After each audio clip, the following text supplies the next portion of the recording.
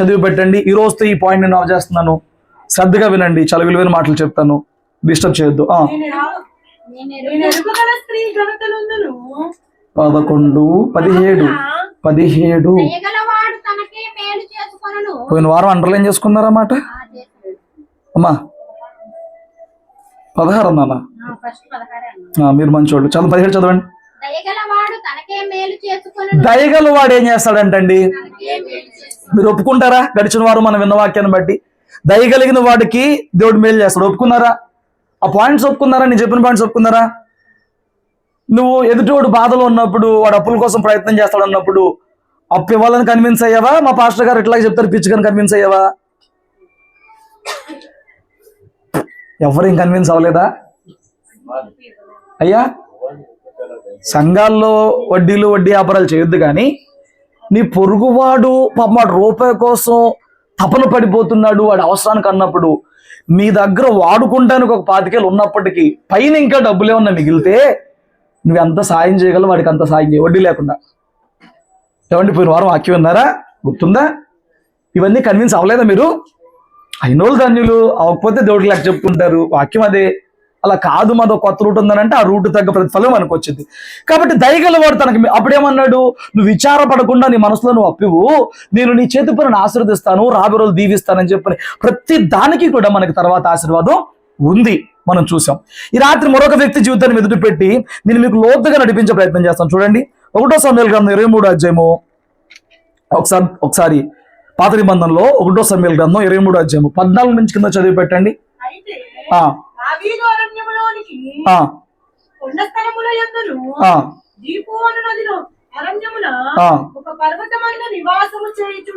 సౌలు అనుదినము అతన్ని వెదికినను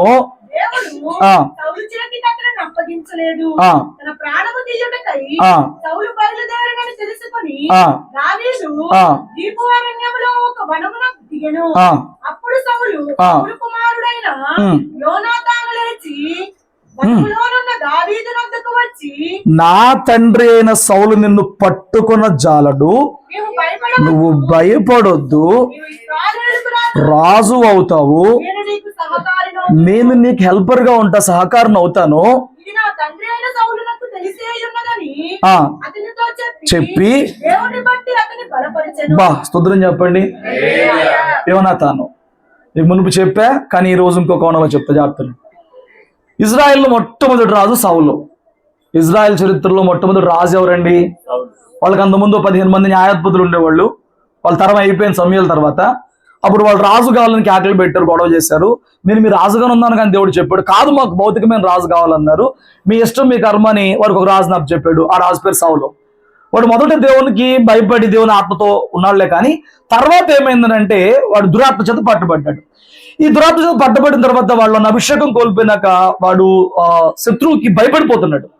అలాంటి సందర్భంలో ఎవరో జయించలేని శత్రువుని, గొల్యాతుని దావీదు వచ్చి జయించాడు. మేలే జరిగింది దావీదు మూలంగా. ఇంకా సౌలు ప్రకటన చేశాడు, గొల్యాతుని జయించిన వాడికి నా కూతుర్నిచ్చి పెళ్లి చేస్తాను, రాజ్యంలో సగమిస్తాను, వాళ్ళ ఇంటి వారు ఇక దేశంలో పన్ను కట్టక్కర్లేదు, ఇలాంటివి చాలానే ప్రకటించాడు. దావీదు అన్నిటికీ అర్హుడయ్యాడు, గొల్యాతుని జయించాడు. జయించిన తర్వాత నా దేశంలో ఒక వీరుడు ఉన్నాడే, నా దేశంలో గొప్పవాడు ఉన్నాడే, నా దేశంలో దేవుని చేత వాడబడుతున్న వాడు ఒకడు ఉన్నాడని అప్రిషియేట్ చేయాల్సింది పోయి విషపు చూపొచ్చి దురాత్మ ప్రభావం చేత పిల్లనిచ్చిన తర్వాత కూడా నాటిచ్చినట్లుగా పిల్లనిచ్చి పెళ్లి చేస్తాడు దావీదుకి. సొంత పిల్లనిచ్చిన మామ అల్లుడిని చంపాలని ప్రయత్నం చేశాడు. విచిత్రం ఏంట్రా అంటే ఆ ఇంట్లో ఒకడు ఉన్నాడు, సౌలు పెద్ద కొడుకు. సౌలు చనిపోతే దావీదు కూడా చనిపోతే వాడికే రాజ్యం వచ్చింది. దావీదు కూడా చచ్చిపోయాడు అనుకో, వాడు కాదు. తన తండ్రి దావీదుని చంపుదామనే ప్లాన్ లేదా పన్నాగలు ఉన్నాడని చెప్పని యోనాతానుకి చెప్పినప్పుడు సావనే నాకు రాజ్యం వచ్చేటప్పుడు అనుకోలా. వాళ్ళ నాన్నతో అంటాడు, నానా దావీదు ఏం తప్పు చేశాడు గుర్తులేదా?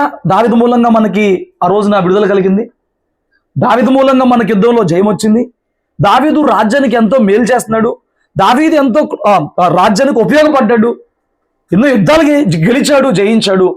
ఒక నిర్దోషి అయిన దావీదు ప్రాణాన్ని నువ్వెందుకు తీయాలనుకుంటున్నావు అని చెప్పి యథార్థంగా ఏమండి, అధికారం కోసం ఎవరన్నా గడ్డి తినకుండా ఉంటారా?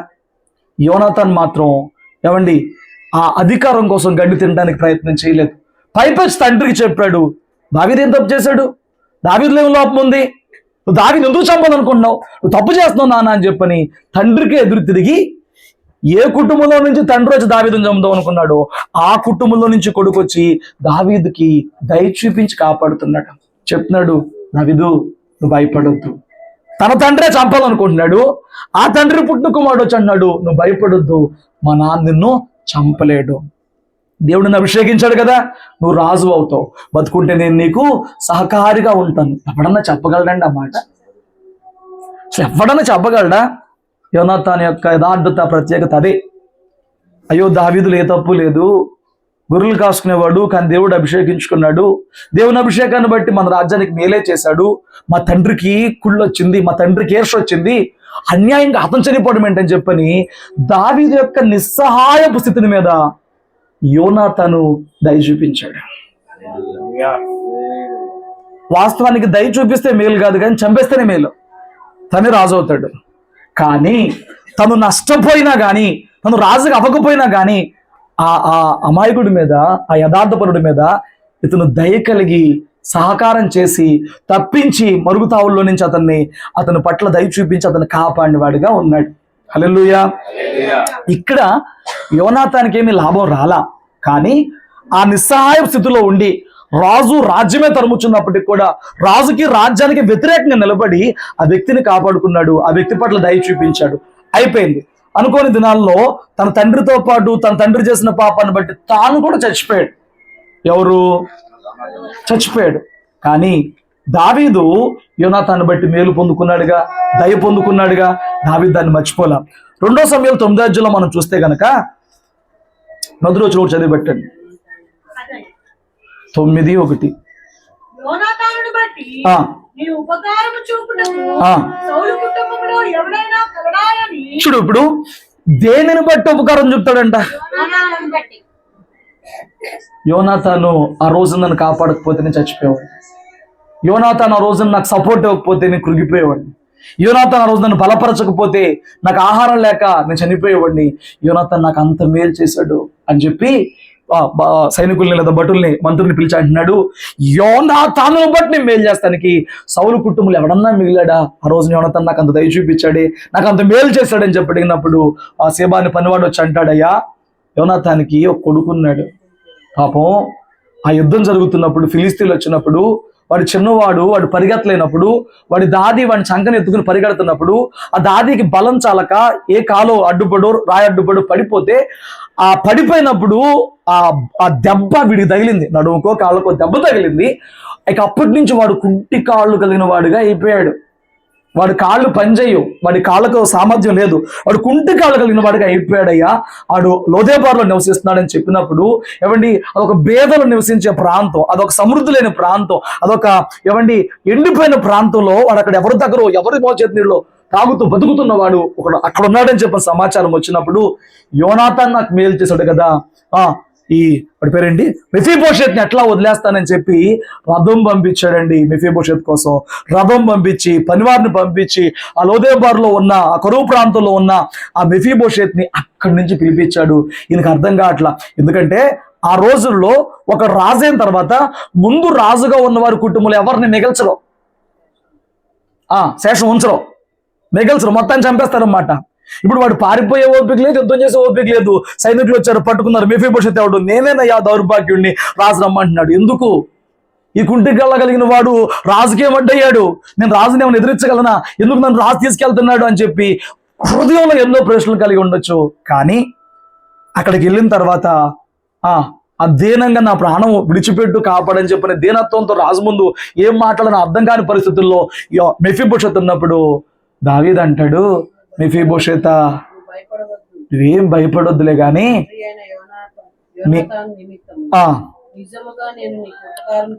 ఏం చేస్తాడంట, నీ తండ్రిని బట్టి నేను నీకు నిజంగా ఉపకారం చూపుతాను, నువ్వు నా బల్ల యొద్దే సదాకాలం భోజనం చేసేవాడిగా ఉండు. హల్లెలూయా. నేను అంటున్నాను, జీవితంలో అది ఎవరికి జరగదు. ఎందుకు జరగదయ్యా అని అంటే, రాజు కుటుంబంలో శేషం మిగిల్చకుండా నరుక్కుంటా వెళ్ళడమే తెలిసి తప్ప ఎవరు కూడా రాజు కుటుంబీకులు తీసుకొచ్చి మళ్ళా ఆ బల దగ్గర కూర్చోబెట్టరు. వాస్తవానికి ఆ రాజరికం వాడి నాన్నది, ఆ రాజరికం తర్వాత వాడిది, వాస్తవానికి ఆ బంగ్లా వాడిది, ఆ ప్యాలెస్ వాడిది, ఆ దేశమే అన్ని వాడి. వాళ్ళ తాత చేసిన పొరపాటును బట్టి, తప్పిదాన్ని బట్టి వారసత్వంగా రావాల్సిన స్వాస్థ్యం సౌలు నుంచి, సౌలు తర్వాత యోనతానికి వెళ్లకుండా దావీదుకు వచ్చింది. వాడి జీవితంలో మరలా అసలు రాజబంగలు అడిగిపెట్టే అవకాశమే లేనోడు మరలా కోటలోకి వచ్చాడు. కోటలో రావడమే కాదు, భోజరుబ్బల దగ్గరకు వచ్చాడు. సదాకాలం అక్కడ నివాసించే భాగ్యానికి వచ్చాడనంటే అది ఎవరిని బట్టి అయ్యా అనంటే, అది దేన్ని బట్టి అంటే వాడి దగ్గర ఏమీ లేదులే. కానీ యోనాతాను బ్రతికున్నప్పుడు ఈ పెద్ద మనిషి దావీదుకి దయ చూపించి మేలు చేశాడు. హల్లెలూయా. అది తిరిగి తన బిడ్డకి మేలుగా మార్చబడింది. నా మాటలు మీకు అర్థమవుతున్నాయా? నువ్వు దయ చూపించినప్పుడు మనుషులలో ఉండవలసిన దయ అనే స్వభావం ఈ రోజు అనేకలు మర్చిపోతున్నాలే. కానీ నువ్వు దయ చూపించినప్పుడు అది తిరిగి మరలా నీకు, నీ కుటుంబాన్ని, బిడ్డలు ఖచ్చితంగా దేవుని కృప చొప్పున రిటర్న్ వచ్చేస్తే తప్ప అది ఎక్కడ మిగిలిపోదు. ఈ విషయాన్ని మాత్రం గుర్తు పెట్టుకుని దయగలిగిన స్వభావాన్ని సంపాదించుకోవడానికి ప్రయత్నం చేయండి. కొన్ని సంవత్సరాల క్రితం మందిరం దగ్గరికి నేను ఆంటీ వాళ్ళ దగ్గర నుంచి వెళ్దాం అనుకున్నప్పుడు వర్షం వచ్చింది. చాలాసేపు వర్షం వస్తే వర్షం అయ్యేదా కూర్చుని వర్షం అయినాక బండి వేసుకుని నేను చర్చ్ దగ్గరికి వెళ్తున్నా. చర్చ్ దగ్గరకు వెళ్ళేటప్పటికి నేను ఇటు బైక్ మీద నుంచి వస్తున్నాను, అటు స్కూటీ మీద నుంచి ఒక అతను వస్తున్నాడు. వస్తా ఉంటే అతను అటు నుంచి వస్తున్నాను, ఇటు నుంచి వస్తాను. మా ఇద్దరికి మధ్యలో ఒక చోట ఒక ముసలాయన పడిపోయి ఉన్నాడు. ఆ వర్షం అట్లాగే పడిపోయి ఉన్నాడు. ఏంటో పడిపోయి నేను బండి ఆపా, అతను బండి ఆపాడు. బండి ఆపిన తర్వాత ఆయన దగ్గరికి వెళ్ళాం. ఏంటి తాత ఇక్కడ ఉన్నామనంటే ఆయన మాట్లాడలేని పరిస్థితిలో ఉన్నాడు. మరి భోజనం చేసి అంతకాలం అయిందో నిస్సహాయ స్థితిలో ఉన్నాడు. కింద వస్త్రం లేదు. ఆ పరిస్థితిలో ఉన్నప్పుడు ఇతను ఏం చేశాడనంటే, నా అటు పక్కన బండి ఆపినోడు వచ్చే పోయే బళ్ళన్నిటిని ఆపుతున్నాడు. ఆ ముసలాయన చూపిస్తున్నాడు, పెద్ద ఆయన ఇలా పడిపోయి ఉన్నాడండి, మీకు తోచినంత ఇవ్వండి, పెద్ద ఆయనకి ఏమన్నా ఆహారం పెట్టేస్తామని చెప్పని వచ్చే పోయే బండ్లను ఆపుతున్నాడు. సరే వీడు ఏదో చేస్తున్నాడు కదా అని చెప్పి నేను కూడా అటు నుంచి వచ్చే బండ్లు ఆయన ఆపుతున్నాడు, ఇటు నుంచి వచ్చే బండ్లు నేను ఆపుతున్నావు. ఒక కొంత అమౌంట్ పోగు చేసాం. నా జేబులో ఉన్నట్లో కొంత అమౌంట్ కలిపాను, అతని జేబులో ఉన్నట్లో కొంత అమౌంట్ కలిపాడు. అప్పుడే కుర్రోడు కిరణ్ వచ్చాడు. వాడికి చెప్పి ఒరే 2 టిఫిన్ దారా 2 పొట్లాలు ఇడ్లీ అన్న తే అని చెప్పానంటే ఇడ్లీలు తెచ్చిపెట్టాడు. ఆ ముసలోడికి ఇడ్లీలు వాటర్ బాటిల్ ఇవ్వగానే ఆవురును తిన్నాడు. ఏం చేద్దాం బ్రదర్ అనుకున్నాం. అంటే బ్రదర్ మీరు లోకలే కదా, మీరు అంబులెన్స్ ఫోన్ చేయండి, అంబులెన్స్ ఎక్కించి హాస్పిటల్ కన్నా పంపిద్దాం, కండిషన్ బాగాలేదన్నాడు. నేను అంబులెన్స్ ఫోన్ చేశాను. ఈలోపు టిఫిన్ ఆవురా తింటున్నాడు. అంబులెన్స్ ఫోన్ చేసా, ఎక్కడ అన్నారు, పలానా ఉప్పులు రోడ్ చెప్పాను, చర్చ్ ముందని చెప్పని. వాళ్ళు వస్తాం, ఒక 15 minutesలో వచ్చేస్తాం అని చెప్పన్నారు. Very good. ఈలోపు తినేయడం అయిపోయిన తర్వాత పెద్ద ఆయన ఏంటి ఇక్కడ పడున్నావు అని అంటే, ఎట్టా వచ్చావు గుర్తు రావట్లేదు బాబా అంటున్నాడు. సరే నువ్వు ఎక్కడోడివి, నువ్వు ఎందుకు ఇక్కడికి వచ్చి పడున్నావు, నీకు పిల్లలు లేదా అని అడిగా. 4 పిల్లలంట. మరి ఏంటి, ఎవరో చూడలేదయ్యా, నన్ను తోస్తారు అంటున్నాడు. బాధేసింది. సరే మేము మాట్లాడుతూ ఉన్నాం, ఈ మాటలే చెప్పుకుంటున్నాం, ఏంటండి ఇది అని అంటే ఇలాగ ఉన్నారండి అని. అతను ఎంత బళ్ళు ఆపుతున్నాడు, కలెక్ట్ చేస్తున్నాడు. ఒక 1000 పైన ఒక అమౌంట్ అయితే ఒక ½ అవర్ గ్యాప్లో, ఒక 1 hour గ్యాప్లో. కారు వాళ్ళు అయితే 100 రూపాయలు చొప్పున ఇచ్చారు, బైక్ వాళ్ళు అయితే 10 రూపాయలు 20 రూపాయలు చొప్పున ఇచ్చారు అనమాట. కారు వాళ్ళు ఒక 50, ఒక 100 ఇచ్చారు. విత్ ఇన్ షార్ట్ పీరియడ్లో 40 minutesలోనే ఒక 1000 అమౌంట్ అయింది. మొత్తం తీసుకొచ్చి ఆయన జేబులో పెట్టిన తర్వాత అంబులెన్స్ వచ్చింది. వాళ్ళు ఇక్కడ ఎవరో ఫోన్ చేశారు, మేమే ఫోన్ చేసాం. ఏమైంది, ఈయన పడిపోయినాడు. యాక్సిడెంటా? కాదండి, యాక్సిడెంట్ కాదు, ఆయన పడిపోయి ఉన్నాడు. మరి ఎక్కడో ఆయన ఏంటో తెలియట్లేదు, సరిగ్గా చెప్పలేకపోతున్నాడు, ఇక్కడ ఉన్నాడని చెప్పానంటే అంబులెన్స్ డ్రైవర్ అంటాడు, అన్నా మీరు మంచోళ్ళలాగా ఉన్నారు, కానీ ఇప్పుడు నేను తీసుకెళ్ళి హాస్పిటల్లో మేము గవర్నమెంట్ హాస్పిటల్లో జాయిన్ చేస్తాం. మీరు జేబులో పెట్టిన 10 పైసలతో పాటు చేతికి కాళ్ళకి ఏమున్నా లాగేసుకుని అక్కడ పడేసి తిండి తిప్పులు ఏం పెట్టరు. మీరు మంచోళ్ళలాగా ఉన్నారు, ఈయన ఊళ్ళో తీసుకెళ్ళి వదిలేయండి, ఆ జేబులో డబ్బులతో ఉన్నంతకాలం తింటాడు, ఎట్లా కొట్ట ఎవరో ఒకరు మీరు అంటే దయ చూపిస్తే అట్లా జీవనం అన్నా సాగిద్ది. మేము తీసుకెళ్ళి హాస్పిటల్లో పడేసామా తొందరగా చస్తాడు. నాకు ఆశ్చర్యం వేసిందండి. హాస్పిటల్లో కూడా మరి వాళ్ళు చూడకపోతే, హాస్పిటల్లో కూడా వాళ్ళు పట్టించుకోకపోతే ఎలాగా? అతనికేమో బాగోలా, కింద పార్ట్ కొంచెం ఇబ్బంది పడుతున్నాడు, లేగలేకపోతున్నాడు. చాలా బాధేసింది. ఆయన అన్నాడు, మాకు సైన్ పెట్టండి, మేము వచ్చినట్టు, ఫోన్ నెంబర్ నేనేం అంటే ముందు రాసేయన్ని పెట్టేసేసావు. ఏం బ్రదర్ ఈ సంగతి అని చెప్పానంటే, చేసేది ఏముంది, వాళ్ళు చెప్తున్నారు కదా, మరి తీసుకెళ్ళి తొందరగా చావకొడతాం కంటే ఆయన ఎక్కడన్నా మీ ఊళ్ళోనే ఎక్కడన్నా ఉంచండి అని చెప్తున్నానంటే, మాకు కళ్యాణ మండపం దగ్గర ఒక చిన్న షెడ్ లాంటిది ఒకటి ఉంటే అంత ముందు రోజు అక్కడ ఉన్నాడంటే ఎవరో చెప్పారు. చెప్తే పెద్దయినా నేను అక్కడ ఉన్నామంట కదా, అక్కడే ఉండు, నీ జేబులో డబ్బులు పెట్టాం కదా, ఆ డబ్బులతో ఏమన్నా కొనిపించుకుని తినయ్యా అని చెప్పని ఇక ఆయన్ని సాగనంపేసిన తర్వాత ఈ వ్యక్తి వెళ్ళిపోతా అన్నాడు. బ్రదర్ మీరు ఎందుకు చేశారని అడిగాను నేను. అయితే అంటాడు, ఇదంతా ఎందుకు చేసాను చెప్పనా, మేము సేనాని అందుకే చేశాను అంటున్నాడు. నీకు అర్థమైందా? అర్థం కాలేదా? ఆడొక పార్టీకి సంబంధించిన వ్యక్తి ఆడి పార్టీ లేదా తన నాయకుడికి మేలు జరగాలని ఆ నాయకుడి పేరట ఈ పని చేశాడంట. యోనాతాన్ని బట్టి వాడికి మేలు జరిగింది, ఇప్పుడు ఎవడో పార్టీ వాడిని బట్టి వీడికి మేలు జరిగింది. నాకు అనిపించింది ఏంటంటే, వీడు సేనాని బట్టే ఎంత చేస్తే ప్రభువుని బట్టి నేను ఎంత చేయాలో కదా. ఈ పాయింట్ అర్థమైందా? వీడు చేసిన దానికి వాడిని అబ్జర్వ్ చేస్తున్నావు పైనుంచి కిందకి, చేతికి అన్నీ ఉండే, వాడేమి మెడలో కొన్ని ఉన్నాయి, వాడేమి క్రైస్తవుడు కాదు, ఎందుకు చేస్తున్నాడు నాకు అర్థం కావట్లేదు. మొత్తం అయిపోయి నాకు వెళ్ళేటప్పుడు ఎందుకు చేసావనంటే సేనానిని బట్టి చేసా జై అని చెప్తున్నాడు పార్టీ పేరు అనమాట. నేను స్టన్ అయిపోయి, వీడు పార్టీని బట్టి ఇంత చేస్తే దయ చూపిస్తే పార్టీకి ఏదో మేలు కలగాలని చెప్పి దేవుడిని బట్టి దేవుడు నా మీద దయ చూపించలేదా? మన మీద చూపించలేదా? పెండ కుప్పలో ఉండాల్సిన మన బతుకులు లేవనెత్తలేదా? మనకు ఆరోగ్యాలు ఇవ్వలేదా? మనకు రక్షణ ఇవ్వలేదా? మన బ్రతుకులో ఉన్న చీడ పేడ శాప పాపాలు కొట్టివేయలేదా? మరి మన పట్ల దేవుడు చూపించిన దయను బట్టి ఆయన ప్రతినిధులుగా ఆయన పార్టీలో ఉన్న మనము ఇంకెంత మేలు చేయాలండి? నా మాట నీకు అర్థమైందా? యోనాతాన్ని బట్టి వాడికి అంత మేలు జరిగితే, ఇది ఎవడో పార్టీని బట్టి వీడికి ఎంత మేలు జరిగితే, మనం ఎవరి పార్టీ? మనం ఆయన ద్వారా ఎంత పొందుకున్నాం? ఆయన ద్వారా దయ పొందుకున్న నువ్వు, ఆయన ద్వారా దయతో ఈ స్థితికి వచ్చిన నీవు, నీతోటి వారు నీకన్నా దేవుని స్థితిలో ఉన్నప్పుడు నువ్వు దయ చూపించలేవా? మేలు చేయలేవా? ఆ సంఘటన ద్వారా నాకు 2 విషయాలు అర్థమైంది. ఒకటి, సమాజంలో హృదయాల్లో ఉన్న కఠినత్వం. సొంత తల్లిదండ్రులని ఏమండి వాళ్ళ విధుల ప్రకారంగా ఆ పేషెంట్స్ ట్రీట్మెంట్ చేయాలి, కానీ ఆ విధులలో ఉండి కూడా వాళ్ళు న్యాయబద్ధంగా చేయాల్సిన పని విషయంలో కూడా నిర్లక్ష్యం వహిస్తున్న కఠిన హృదయాన్ని చూసినప్పుడు నా హృదయం చాలా ఆశ్చర్యపడింది, చాలా వేదన, చాలాసేపు ఆలోచన, ఏంటి ఇలా ఉంది సమాజం? ఇప్పుడు ఈ సమాజాన్ని బట్టి కఠినం అవ్వాలా? మనలోనన్నా దేవుని బట్టి ఆ దయను కొందరికన్నా నేర్పించాలా? మీరు ఆన్సర్ చెప్పండి అండి. సమాజం అట్లా కఠినంగా ఉంది కాబట్టి అదే కఠినత్వం మన హృదయానికి ఎక్కించుకుని మన ముందు దీనహీన అవస్థలో పడి ఉన్న వారిని నిర్లక్ష్యం చేసి వదిలిపెట్టేసి అందరూ అటాక్ వచ్చారు అనుకుందామా? దేవుడు మన మీద విస్తారమైన దయను కృపను చూపిస్తున్నాడు కాబట్టి ఆ దయను మనము ఇతరులకు చూపించి దైవత్వాన్ని ఇతరులకు నేర్పించే ప్రయత్నం చేయాలా? ఏది ఫస్ట్దా సెకండా? నీలో ఏముంది? ఎవరి మీదన్నా కటాక్షము దయ చూపించాలనుకున్నప్పుడు నీకు పుట్టకపోయినా నా దేవుణ్ణి బట్టి నేను ఈ పని చేయాలి కదా అని ఎప్పుడన్నా ప్రేరేపించబడ్డావా? నీకు అది పుట్టకపోయినా, నువ్వేదో కోల్పోతున్నావు అనిపిస్తున్నా, నేను ఖర్చుపెట్టాలనిపించినా, కానీ నేను దేవుణ్ణి పెట్టిన కదా, ఈ మాత్రం నేను చేయకపోతే ఎలా అనే ఒక తలంపు ఎప్పుడన్నా వచ్చిందా? అనే మనసు ఎప్పుడన్నా నీకు వచ్చిందా?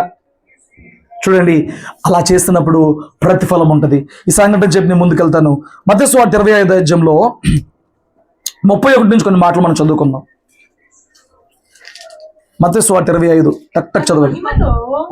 మనిషి కుమారుడును ఆయనతో కూడా సమస్త దూతలను వచ్చినప్పుడు ఆయన తన మహిమగల సింహాసనం మీద ఆసీనుడై ఉండను. అప్పుడు సమస్త జనములు ఆయన ఎదుట పోగు చేయబడుదురు.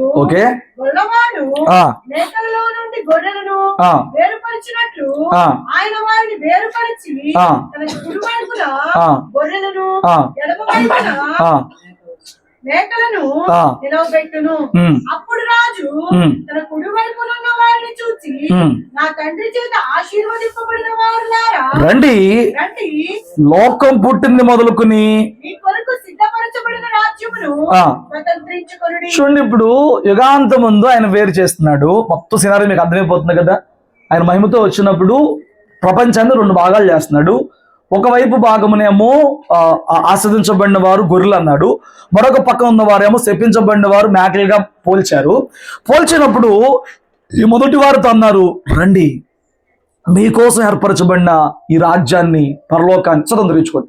సరే, వారు పరలోకాన్ని స్వతంత్రించుకోవడానికి వారికి ఇచ్చిన, అంటే వారిలో ఉన్న క్వాలిఫికేషన్ ఏం చెప్పాడు? ఇప్పుడు చదవండి అక్కడ అన్నాడు, నేను ఆకలి కొంటిని, మీరు నాకు భోజనము పెట్టితిరి, దప్పికొంటిని, నాకు దాహం ఇచ్చితిరి, పరదేశినై ఉంటిని, నన్ను చేర్చుకొంటిరి, దిగంబరినై ఉంటిని, నాకు బట్టలు ఇచ్చితిరి, రోగినై ఉంటిని, నన్ను చూడవచ్చితిరి, చెరసాలలో ఉంటిని, నా యొద్దకు వచ్చితిరి అని చెప్పును. అలా ఆశ్చర్యపోయి, ఇవన్నీ మేమెప్పుడు చేశామయ్యా అన్నారంటే, ఒక అల్పుడైన సహోదరుడికి మీరు చేస్తున్నారు. అలా చేస్తారంటే నాకు చేసినట్టే. ఎవరికి చేశారంట? అల్పుడైన మీ సహోదరుడికి మీరు చేశారు. నా చిన్నప్పుడు మా అమ్మ నాకు కొన్ని స్టోరీస్ చెప్పినప్పుడు ఇది ఒక స్టోరీ చెప్పింది. బైబిల్ కథలాగా ఒక స్టోరీ చెప్పింది. బైబిల్లోది కాదు, ఒక ఆవిడ రాత్రిపూట ప్రార్థన చేసుకుంటుందంట. అయ్యా, నువ్వు నా ఫ్రెండ్వి కదూ, నువ్వు నా తండ్రివి కదూ, నువ్వు అని చెప్పని ప్రార్థన చేసుకుంటుందంట. ఒకసారి నా ఇంటికి రావచ్చు కదా అని చెప్పి ప్రార్థన చేసిందంట. ఏసీ అన్నాడంట, ప్రార్థన చేయగా కొన్నాళ్ళకి, అమ్మ రేపు నేను మీ ఇంటికి వస్తాను అన్నాడంట. ఇంటికి వస్తున్నానంటే అదిరిపోయిందంతే. ఇక రాత్రి అంతా నిద్రపోవాలా. ఇల్లంతా ఎంత సుందరంగా తయారు చేయగలదో అంత సుందరంగా తయారు చేసింది. చూడండి, ఇప్పుడు నెక్స్ట్ పండుగ వస్తుంది మంది, ఇక బూజు పెట్టిన మందులన్నీ కూడా తల ఆడిపోతూ ఉంటాయి అన్నమాట. అలా తయారు చేసేందుకు మాత్రం వేసి ఏమన్నా వస్తాడా? ఆడు వీళ్ళు వేలు కోట్లు ఖర్చు పెట్టేస్తారు. దీన్ని బాగు చేస్తే ఇక్కడికి వస్తాడు, అదొకటి గుర్తుపెట్టుకోండి. సరే, వీళ్ళంతా మంచిగా డెకరేట్ చేసేసింది. కొద్దిగా నిద్రపోయింది, లేచింది. పొద్దున్న లేచిన కాడి నుంచి ఆ పిండి వంటలు, ఈ పిండి వంటలు, ఆ పిండి వంటలు, ఆ బిర్యానీ, అది ఇది అని చెప్పి మొత్తం ప్రిపేర్. మధ్యాహ్నం టైంకి వేసే రావాలి, భోజనం పెట్టాలి. అతను చూసాక మార్తకి ఏం కావాలో భోజనం పెట్టాలి, తర్వాత గడపాలి, ఏదో చెప్పాలి. మంచి ఎక్సైట్మెంట్గా ఉంది. మొత్తం పని అయిపోయింది. చక్కగా ఎదురు చూస్తుంది. లోపల కూర్చొని గుమ్మం అయిపోయి వేసి వస్తాడని చెప్పని ఎదురు చూస్తుంది. బయట నుంచి అమ్మా అని ఒక శబ్దం వినపడింది అనమాట. పరుగు వెళ్ళిపోయి వేసేయచ్చాడేమో అనుకుంది.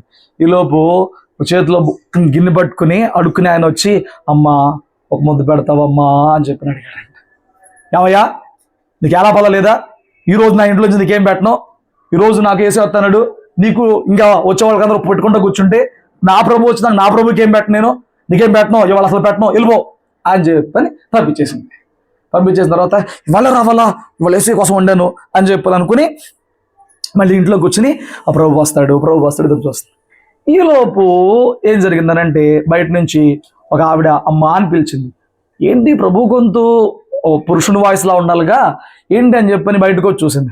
బయటకు వచ్చి చూస్తే ఒక ఆవిడ దీనంగా వచ్చి చేతిలో ఒక చిన్న చంటి బిడ్డను పట్టుకొచ్చి, అమ్మ నువ్వు ప్రార్థన చేసుకుంటావు కదా, నా బిడ్డకి జ్వరంగా ఉంది, చాలా బలహీనతగా ఉంది, నా బిడ్డ కోసం ప్రార్థన చేయమనంటే, మా అమ్మ నువ్వేమనుకోవద్దు, ఇవాళ నేనేం ప్రార్థన చేయలేను, నువ్వు సాయంత్రం రా, ఇప్పుడు నీ పిల్లవాడిని కూర్చోబెట్టి ప్రార్థన చేసుకుంటూ కూర్చుని డేసి వచ్చేస్తాడు అని చెప్పి పంపించేసిందంట. ప్రార్థన చేయమ్మా అంటే చేయలే, పంపించేసింది. కాసేపటికి మధ్యాహ్నం అయిపోతుంది, ఎదురు చూస్తుంది, భోజనం టైం కూడా అయిపోతుంది, ఎదురు చూస్తుంది. ఈలోపు ఇంకొక వ్యక్తి బయట నుంచి వచ్చి పిలిచి అమ్మా అని క్యాక్సాడు. బయటకు వచ్చి ఏంటి అని అంటే, అమ్మా ఏదైనా పాత బట్టలు ఉంటే ఎత్తావా, మరి బట్టలు లేకుండా ఉన్నానమ్మా అని చెప్పానంటే, ఇవాళ రావాలా నువ్వు కూడా, ఎలా నా దగ్గర ఏమి లేవు అని చెప్పని అతన్ని పంపించేసేసింది. అయిపోయింది, 2 అయిపోయింది, 3 అయిపోయింది, 4 అయిపోయింది, 5 అయిపోయింది, 6 అయిపోయింది. పానం సూరైపోయింది. రాత్రి ప్రార్థనలో కూర్చుంది. ప్రభువా నువ్వు మాట తప్పావయ్యా, నువ్వు నా మాట ఇచ్చి నన్ను మోసం చేసావయ్యా అని ప్రార్థనలో మొదలెట్టింది లడాయి దేవునితో. అప్పుడు ఆయన ప్రత్యక్షం, ఏంటమ్మా బాధపడుతున్నావు అంటే, మరి రాత్రి వస్తానని చెప్పి పొద్దునంతా ఎదురు చూసాను. నేను ఎందుకు రాలేదు, వచ్చాగా అన్నాడంట. నువ్వు ఎక్కడ వచ్చావు అనంటే, నేను వచ్చానమ్మా, నువ్వు గుర్తుపట్ల, నువ్వు వస్తే నేనెందుకు గుర్తుపట్టు ప్రభువా, నేను గుర్తుపట్టుకుని ఉండగలనా అని చెప్పనందంట. కాదమ్మా నేను వచ్చాను, నువ్వు నన్ను తోసేసి పంపించావు అన్నాడంట. నువ్వు నేను తోసేసి ఎక్కడ పంపించాను ప్రభు అంటే, అమ్మా పొద్దున్న 10ంటికి 11ంటికి నీ దగ్గరికి అమ్మా ఆకలి ఎత్తుంది, భోజనం పెట్టని వచ్చింది, నేనే వచ్చా. నువ్వు ఆకలిని చూడలా, నువ్వు ఆకలికి దయ చూపించలా, ఆ వ్యక్తికి పెట్టుంటే నా కడుపు నిండా తినేసేవాడిని. మళ్ళీ 2 గంటలు గ్యాప్ ఇచ్చి ప్రార్థన చేయమ్మా నా కోసం అని చెప్పని తల్లిని పంపించి ఆ బెడ్ ద్వారా వచ్చింది కూడా నేనే. నువ్వు నాకున్న బలహీనతను బట్టి ఎలా ప్రార్థన చేస్తావా, ఎలా ఆదరిస్తావా, ఎలా మంచి మాట చెప్తావా అని ఎదురు చూసా. కానీ నువ్వు ఇప్పుడు కాదు పో అని చెప్పి పంపించావు. మళ్ళీ 2 గంటలు ఆపించి నేను వచ్చి అమ్మా నాకు ఒక వస్త్రం ఇస్తావా అని అడిగా. నువ్వు ఇప్పటికి అప్పో అని పంపించావు. వస్తేనేమో పంపించేసి మళ్ళీ రాలేదు అని చెప్పి నువ్వు గొడవ చేస్తావేంటమ్మా అని అంటే ఆవిడ ఏడుస్తూ మొదలెట్టిందంట. ఆయన అన్నాడంట, నేను వచ్చాను, నేను పరలోకులు ఎలాగుంటే అలా రాలేదు, కానీ నీ సహోదరుల ద్వారా నీ దగ్గరికి వచ్చాను, నీ పొరుగు వారి ద్వారా, పేదవారి ద్వారా, తోటి వారి ద్వారా నీ దగ్గరికి వచ్చాను. నువ్వు నిజంగా ముగ్గురులో ఎవరిని ఆదరించినా నువ్వు నన్ను ఆదరించినట్లే అయ్యేది, నాకు అన్నం పెట్టినట్లే అయ్యేది, నాకు బట్టలు పెట్టినట్లే అయ్యేది. స్తోత్రం చెప్పండి. ఈ మాటలు మీకు అర్థమవుతున్నాయా? లోతుగా అర్థం చేసుకుందాం ఈ మాటలు. నేను అంటున్నాను, పొరుగువాడికి చేస్తున్నప్పుడు ఏదైనా పొరుగువాడికి చేస్తున్నాను అనుకోమాక, హాని చేసినా మేలు చేసినా దేవునికి చేస్తున్నానే చెయ్యాలి. హల్లెలూయా. మొన్నేమన్నాడు? బేదలు కప్పించేవాడు యెహోవా కప్పించేవాడు. ఓకే, ధన్యుడు వేరే వాక్యం. ఏమంట? యెహోవా కప్పించేవాడు. సో ఇప్పుడు నువ్వు అప్పించినప్పుడు దేవునికి ఇచ్చినట్లే, మేలు చేస్తున్నప్పుడు దేవుడికి చేసినట్లే, కీడు చేస్తున్నప్పుడు దేవుని గాయపరుస్తున్నట్లే గుర్తుపెట్టుకోవాలి. హల్లెలూయా. ఇక్కడ ఆయన 6 విషయాలు చెప్పాడు. నేను ఆకలిగా ఉన్నా నాకు ఆహారం పెట్టారు, నేను దప్పికొన్నా నాకు దప్పికి తీర్చారు, నేను పరదేశిగా వచ్చాను నన్ను చేర్చుకున్నారు, దిగంబరునై ఉన్నా నాకు వస్త్రాలు ఇచ్చారు, రోగినై ఉన్నా పరామర్శించారు, చెరసాల్లో ఉన్నా ఆదరించారు. 6 విషయాలు చెప్పాడు. విన్నారా? నోట్ చేసుకున్నారు 6 పాయింట్లు. అక్కడ 6 పాయింట్లు చెప్పాడు మనకి. ఆహారము, దాహము, ఏమండి, చేర్చుకునుట, పరదేశిగా ఉన్నప్పుడు చేర్చుకునుట. నేను వీటిని 6 పాయింట్లుగా, ఆహారము, దప్పిక లేదా దాహము, చేర్చుకొనుట, వస్త్రములు ఇచ్చుట, పరామర్శించుట, ఆదరించుట, 6 పాయింట్లు ఉన్నాయండి. ఈ 6 విషయాలు కూడా నీ పొరుగువానికి చేసిన వ్యక్తిగా ఉన్నావా? ఇక్కడిక్కడ దొరుకుతారండి ఇప్పుడు దొంగలందరూ. మీరు గొప్పోళ్ళండి, ఒప్పుకున్నారు. రామవంకులే కదా, రామవంకులు ఒప్పుకున్నాడు, నేను చేయలేదండి, మాకు తెలుసో తెలియక చేయలేదు. మిగతా వాళ్ళ పరిస్థితి ఏంటి? చేయలేదు. ఇదే మాయ రోగం, కొన్ని చేశానంటే. నేను ఫస్ట్ నుంచి చెప్తున్నా, కొంత మన దగ్గర ఉంటుంది, ఆల్రెడీ ఉంటుంది. దేవుని పెట్టలేదు కదా మనం, కొంత ఉంటుంది. అబూజులు చేసేవాడు కూడా ఉంటుంది, కొంత ఉంటుంది. 6 పాయింట్లు ఉన్నాయా? లేవు, అయిపోయింది. లేవు లేవు లేవు లేవు లేవు లేవు అక్కడ నిన్ను అడుగుతాడు. వెళ్ళినాక క్లియర్గా చెప్పేశాడు ఇక్కడ. అక్కడ ఏమడుగుతాడు? నువ్వు స్కిప్ చేస్తాకే ఉంటుందా? 6 చెప్పాడు, 6 పాయింట్లు చెప్పాడు. స్తోత్రం చెప్పు. చూడండి, దీని గురించి యోహాను పత్రికలో ఇలాగుంటుంది. అమ్మా మాట్లాడొద్దు, దయచేసి సహకరించండి. 1 యోహాను పత్రిక ఒకసారి చూడండి. 1 యోహాను పత్రిక 3వ అధ్యాయము 17వ వచనం చదివి పెట్టండి.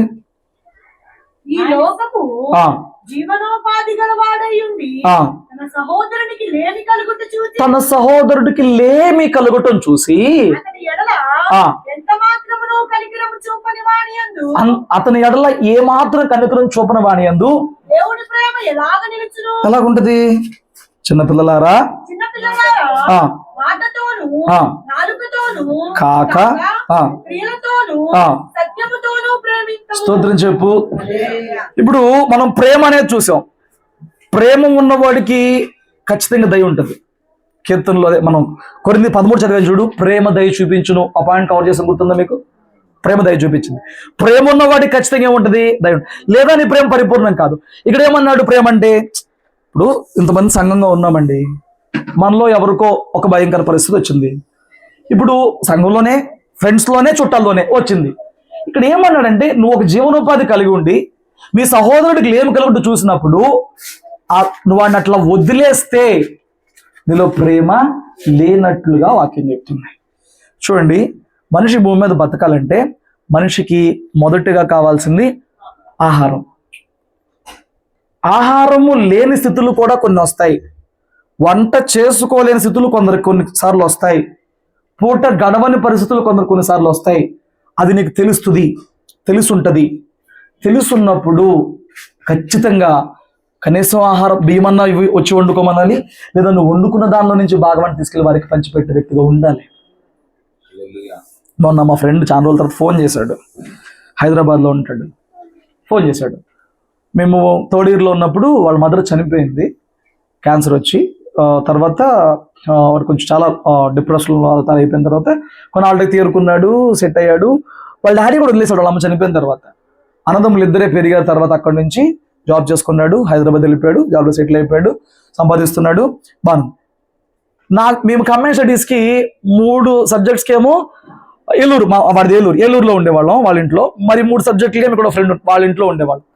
కుక్క ఒకటి ఉండేది అనమాట వాళ్ళకి, దాని పేరు అది ఉంటుంది మర్చిపోయాం, కుక్కడు.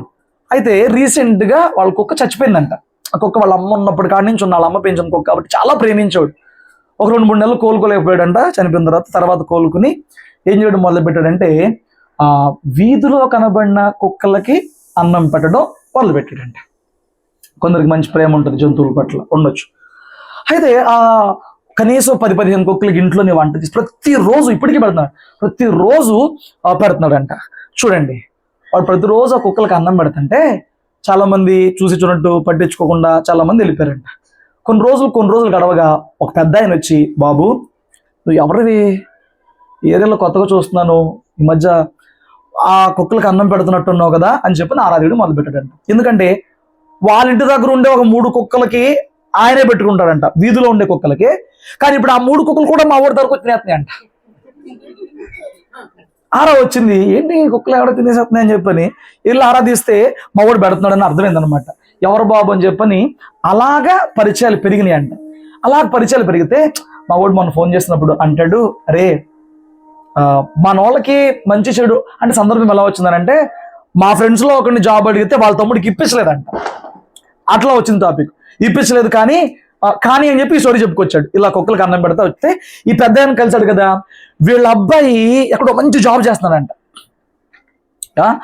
డీటెయిల్స్ కనుక్కున్నప్పుడు ఇలా మా అమ్మ లేదండి, మా నాన్న లేడు, ఇవన్నీ మొత్తం మ్యాటర్ కన్వే అయిన తర్వాత మీ తమ్ముడు ఏం చేస్తానంటే, తమ్ముడు గురించి చెప్పిన తర్వాత మా అబ్బాయికి ఒకసారి మీ తమ్ముడు ప్రొఫైల్ పంపించు, మా వాడు ఎట్లాగైనా మా కొడుకు వాళ్ళిద్దరూ మంచి జాబ్లు అంట సాఫ్ట్వేర్లు అని చెప్పారంటే కొడుకు పంపించినప్పుడు వాడు ట్రై చేశారంట వాళ్ళ కొడుకు. కానీ ఆ ఫస్ట్ అటెంప్ట్లో ఫెయిల్ అయిపోయాడంట. వీడు ఇంటర్వ్యూలో పాస్ అవ్వలేకపోయాడు. ఈసారి వాళ్ళ కోరల తరపున రిఫరెన్స్ పెట్టించాడంట. రెండోసారి అవకాశం వచ్చినప్పుడు ఆ రిఫరెన్స్ పెట్టించినప్పుడు ఏం జరిగిందంటే జాబ్ కొట్టాడంట వీడు. ఇప్పుడు నేను అంటున్నాను, కుక్కలకు అన్నం పెడితే వాళ్ళ తమ్ముడికి అన్నం దొరకలా, వీడు జాబ్ కంటే వాడు జాబ్ పెద్ద అంట. అరే అప్పుడు ఆడు పిచ్చోళ్ళు, అరే నువ్వు రావాలి మా సాయిగంట చూడాలి, ఆడు ఎంత మారిపోయాడు, ఎంత క్లాస్ అయిపోయాడు, ఎంత మెయింటైన్ చేస్తున్నాడు అంటున్నాడు అనమాట. ఏమండి, నాకు అనిపించింది ఆడు కుక్కలకి అన్నం పెడితే ప్రతిఫలం పోలేదు కదా, పోయిందా? మరి నీకు తెలిసిన కొందరు మనుషులు ఉన్నారు, నీకు తెలిసిన కొందరు వ్యక్తులు ఉన్నారు, వాళ్ళకి గడవట్లేదని నీకు తెలుసు, వాళ్ళకు జాబ్ లేదని నీకు తెలుసు, వాళ్ళకి ఆధారం ఏదో పోయిందని నీకు తెలుసు, వాళ్ళ అప్పులో ఉన్నారని నీకు తెలుసు. నేను అంటున్నాను, కొందరు ఉంటారే, కొందరు తల్లిలు ఉండి బిడ్డలు చనిపోయిన వారు కొందరు ఉంటారు, బిడ్డలు వదిలేసిన వాళ్ళు కొందరు ఉంటారు. అలాంటి వారు ఉన్నారని నీకు తెలిసినప్పుడు నీకు ఎప్పుడు అనిపించలేదా, నేను వారికి ఆహారం పెడితే బాగుండు, నేను వారికి ఆహారం పంచితే బాగుండు, ఈరోజు వారు కడుపు నిండితే బాగుండు, నీకు ఎప్పుడు అనిపించలేదా? అనిపించినప్పుడు ఎంతవరకు ఆ ప్రయత్నం నువ్వు చేయగలిగావు, ఎంతవరకు ఆ ప్రయత్నం సక్సెస్ అయ్యావు? బిడ్డలు చిన్నప్పుడు ఎదుగుతుంటే పుట్టినరోజు మరేదో వచ్చినప్పుడు మేబీ వినండి, వచ్చినప్పుడు అవకాశం ఉంటే ఆ కేకులను తెచ్చి అవన్నీ తెచ్చి ఇవన్నీ తెచ్చి అలాగా ఆ పిచ్చి ఆనందాల్లో వారిని అలా ఎంటర్టైన్ చేయకుండా వీలైతే ఆ డబ్బులన్నీ కూడబెట్టి ఏమండి వీధి చివరున్న ఒక వ్యక్తికి బట్టలు కొనివ్వడమో లాగానో, లేకపోతే ఎవరికన్నా లేని వాళ్ళకి వీళ్ళ ద్వారా ఫుడ్ పెట్టించేలాగా నీ బిడ్డలకి చిన్నప్పటి నుంచి ఇలాంటివి ఏమైనా నేర్పిస్తే కొన్ని ఒకేషన్స్లో మన పండగల క్రిస్మస్ లాగా వచ్చినప్పుడు, జనవరి లాగా వచ్చినప్పుడు, ఇంకేదైనా సందర్భాల్లోనో, మీ ఇంట్లో ఏదైనా సందర్భాల్లోనో పిల్లలకి ఈ డబ్బంతా మంచి బట్టలు, ఈ డబ్బంతా పిండి వంటలు వీటి మీద కాకుండా హోటల్ తీసుకెళ్ళి 3,000 తగలేయడం కాకుండా చిన్నపిల్లలకి వారి చేతులతో ఎవరికన్నా పండ్లు ఇప్పిస్తాం, ముసలి వాళ్ళకి వారి చేతులతో ఎవరికన్నా ఏమైనా ఇప్పిస్తావు, లాంటివి నువ్వు ఒకవేళ చేస్తే నీకు తెలియకుండా నీ బిడ్డలు ఎదిగే కొలది వాళ్ళ దయార్థ హృదయాలుగా మార్చబడతారు. హల్లెలూయా. నా మాటలు నీకు అర్థమవుతున్నాయా? మనం నేర్పించట్లేదు అంతే, ఏమండి? ఆ ఇంట్లో అత్త చనిపోయింది, మామ ఒక్కడే ఉన్నాడు. కొంచెం ఆరోగ్యం మామయ్య గారికి క్షీణించిపోతుందంట. కొంచెం మామయ్య గారికి ఆరోగ్యం క్షీణించిపోతుంటే ఆ కోడలు ఇసుక్కుంటూ మొదలు పెట్టిందంట. మీ నాన్న డైనింగ్ టేబుల్ అంతా పాడు చేస్తున్నాడు, కింద మీద వేస్తున్నాడు, హాల్ అంతా పాడైపోతుంది, ఎందుకు మీ నాన్న హాల్ దగ్గర పెట్టాలి అని చెప్పని భర్తతో గొడవాడి బయట ఒక రూమ్ ఉంటే ఆ రూమ్లో పడేపించి, ఏమండి ఆ కుక్క కేస గిందులోనో సత్తు గిందులోనో పెట్టేదంట మామగారికి. అదే వాళ్ళ నాన్నకైతే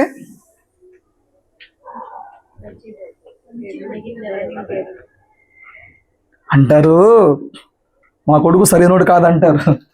నేను చెప్పనా, నీ కొడుకు సరైనోడే, వచ్చిన కూతురు సరైనది కాదు. కొడుకుల మీద పడి ఎడుతాం కాదు, కొడుకైనా కూతురైనా పెంపకంలో ఉంటుంది. మీరు ఎప్పుడైనా అలా మాట్లాడితే పొరపాటున ఒప్పుకోను. కూతురులే బెటర్ అండి, కూతురులేం బెటర్ కాదు, అటు పక్కన ఒకటి కూతురే కదా ఈ తల్లి, అవునా కదా? ఆ తండ్రి సరిగా పెంచుంటే ఈ కూతురు నిన్ను ఒక తండ్రిలో చూసుకునేది. నీ కూతురు సరిగా పెంచుంటే ఇల్లుని చోట నీ కూతురు ఆ మామను సరిగా చూసుకునేది. ఏడిపించి తిందో అంతేలే కానీ మగవాళ్ళు మంచోళ్ళు కాదు, ఆడవాళ్ళు అందరూ అంతే, అందరూ ఒకటి, అందరూ మనుషులే, అందరి హృదయాలు ఉంటాయి. స్తోత్రం చెప్పండి. ముసలాయన చచ్చిపోయాడు, ముసలాయన సామాన్ పారేస్తున్నారు. వీళ్ళ కొడుకున్నాడు ఒకడు, ఆడు వెళ్ళిపోయి ఆ గిన్నె తెచ్చి భద్రంగా కడిగి ఆ లోపల పెడతాన్నాడంట. తల్లి ఏంట్రా సామాన్లన్నీ పారేస్తంటే నువ్వేంట్రా గిన్నె ఎరుకొస్తున్నావు అని చెప్పానంటే, భలే పని మమ్మీ, గిన్నె పారేసేస్తే మరి మీకు ఎట్లాగా, గిన్నె పారేస్తే మీకు ఎట్లాగా, పెద్దనాక మరి మీకు గిన్నెలో పెట్టాలి కదా. తల్లికి గూస్ బంప్స్ మొత్తం అల్లరిచ్చేసిందంట. వాళ్ళు ఏమని, వాడు నేర్చుకుంది అదే. వాడు ఏం నేర్చుకున్నాడు, ఇంట్లో వయసు మీరిపోయి పెద్ద అయిన తర్వాత మా నాన్న మా అమ్మ మా తాతకి ఎట్లా పెట్టారో, ఓకే పెద్ద అయినాక వయసు మీరినాక ఇలాగ బయటకు పెట్టాలి, గదిలో పడేయాలి, ఈ సత్తు గిన్నెల్లో ఒక్కొక్క బొచ్చుల్లో వాళ్ళకి భోజనం పెట్టాలి అని చెప్పి వాడు మా ఇంట్లో పడిపోయింది కదా. ఇప్పుడు వాడేం చేస్తావంటున్నాడు, నువ్వు విత్తిందే నీకు వచ్చింది.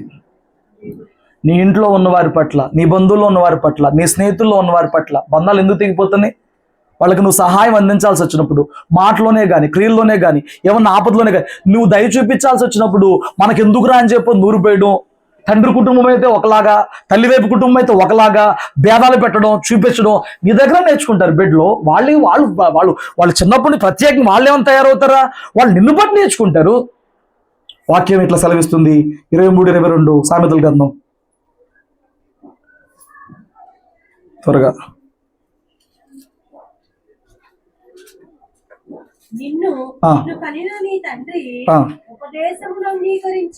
నీ తల్లి ముదిమియందు ఆమెను నిర్లక్ష్యం చేయొద్దు. నీ తల్లి ముదిమిలోకి వచ్చినప్పుడు నిర్లక్ష్యం చేయొద్దు. అది అసలు అది ఎలాంటి విశ్వాసం వాడైనా, అది భక్తి దండగా, వాడి జీవితం దండగా. చిన్నప్పుడు వీళ్ళు సంకనెత్తుకుని మమ్మల్ని మనం తినకపోతే కుక్కి చందమామ చూడరా, జాబిలు చూడరా అని చెప్పి కుక్కి ఎట్టా కొట్ట ముద్దలు పెట్టారే, మనం తినకపోతే ఎదగమని. ఇప్పుడు అదే మనం కుక్కి పెట్టిన మన తల్లిదండ్రులు, నాకు ఆకలేస్తుందిరా, నాకు ముద్ద అన్నం పెట్టరా, నాకు ఈ నెల డబ్బులు ఇవ్వరా అని అడుక్కునే స్థితికి వచ్చావంటే నీదొక దౌర్భాగ్య స్థితి. ఏ తల్లిదండ్రులు అయితే బిడ్డలకి చెయ్యి చాపి నాకు ఒక ముద్దు పెట్టరా, నాకు డబ్బులు ఇవ్వరా, నాకు ఇలాగ ఉందిరా అని చెప్పి అడుగే స్థితికి వచ్చావు, నువ్వు బతుకుండగా వాళ్ళు నిన్ను అలాగా నిన్ను కానీ ఎవరో దేహి అన్నారంటే నీ బ్రతికే కాదు. స్తోత్రం చెప్పు. నువ్వు వాళ్ళని పంచపక్ష పరమాణాలతో చూడలేకపోవచ్చు, కానీ నీకు మనసు ఉంటే ప్రేమతో నువ్వేది పెట్టినా వాళ్ళు ఎంతో ఆనందిస్తూ ఉంటారు. హల్లెలూయా. అనాథాశ్రమంలో కూడా చూస్తారు కానండి, అనాథాశ్రమంలో కూడా వాళ్ళకి ఆహారం దక్కిద్ది కానండి, ఇంట్లో ఉండి కొడుకు చూపించే ప్రేమతో పెట్టే ముద్ద ఎవ్వడు పెట్టలేడు. ఇంట్లో ఉండి కూతురు చూపించే ప్రేమ, మనవళ్ళు ఆదరించే ఆ ప్రేమ ఎవ్వడూ పెట్టలేడు. జాగ్రత్త. అలా పరిస్థితి వస్తే నీకు అదే పరిస్థితి వచ్చింది. నీవంటూ ఉండి నీ వారు ఎవరైనా అనాథాశ్రమానికి వెళ్ళాల్సి వస్తే నీ తల్లిదండ్రులు చిన్నప్పుడు నీ కుక్కి పెట్టింది నీ తల్లిదండ్రులు ఈ రోజున ముద్ద కోసం బాధపడుతుంటే, ముద్ద కోసం అల్లాడిపోతుంటే, నువ్వు వాడిని పట్టించుకొని పరిస్థితుల్లో దిగజారిపోయిన వ్యక్తిగా ఉంటే నీకు అంతకు మించిన గతి పట్టిద్ది. వాక్యంలో చెప్పాడు, నీ తల్లిదండ్రులు ముదిమిలో నిర్లక్ష్యం చేయకూడదు. ముదిమిలోనే వాడిని ఎక్కువ పట్టించుకోవాలి. వయసు మీరినప్పుడు ఎక్కువ పట్టించుకోవాలి. నాకు ఎందుకు అడిగింది తెలియదులే కానీ ఈ ముసలం నన్ను చూసినప్పుడే అనేది, అమ్మ నాన్న బాగున్నారా, వాళ్ళు ఆరాధిస్తున్నావా, అల్లరికి వెళ్ళొస్తున్నావా, వాళ్ళు పట్టించుకుంటున్నావా, ప్రతిసారి అడిగిద్దండి.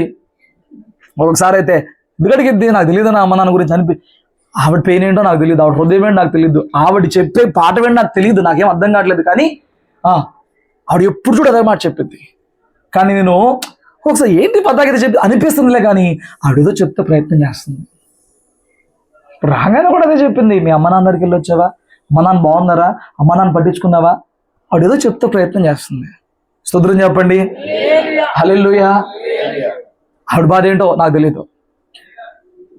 ఏమండి, కొడుకు దగ్గర ఉంటుంది, మొదటిదా కూతురు దగ్గర ఉండేది ఏమో నాకైతే తెలీదు. కానీ నాకైతే ఒక పాఠం చెప్తుంది, అమ్మ నాన్నే జాగ్రత్త జాగ్రత్త, పట్టించుకో, ఆరాధించుకో అని చెప్తుంది. స్తోత్రం చెప్పు. నేను అంటున్నాను, అప్పుడు ప్రతి వృద్ధ తల్లి ఏమని చెప్పిద్దండి, అదే చెప్పిద్ది. స్తోత్రం చెప్పు, హల్లెలూయా. నేను అంటున్నాను, నీ కొడుకు నేను చూస్తున్నాడా నాకు చెప్తున్నావు అంటానికి లేదు. కొడుకు చూస్తున్నాడు, కొడుకు దగ్గర ఉంటుంది, ఆవిడ ధన్యురాలు. నేను అంటున్నాను, ప్రతి కుటుంబంలో ముదిమికి వచ్చిన తర్వాత నీ తల్లిదండ్రులకి ఆహారం విషయంలో కానీ అవస్థల విషయంలో కానీ కొద్దువ చేసావా, జాగ్రత్త, తీర్పులోకి వెళ్ళిపోతావు, జాగ్రత్త. కొందరు చూస్తారు, చూసేది కూడా ఎందుకో చెప్పనా, 4,000. నా చిన్నప్పుడు మా తాతకు 200 వచ్చేది. ఇప్పుడు దాన్ని అంతగా ఎన్ని రెట్లు ఎక్కువ చేసేది తెలుసా?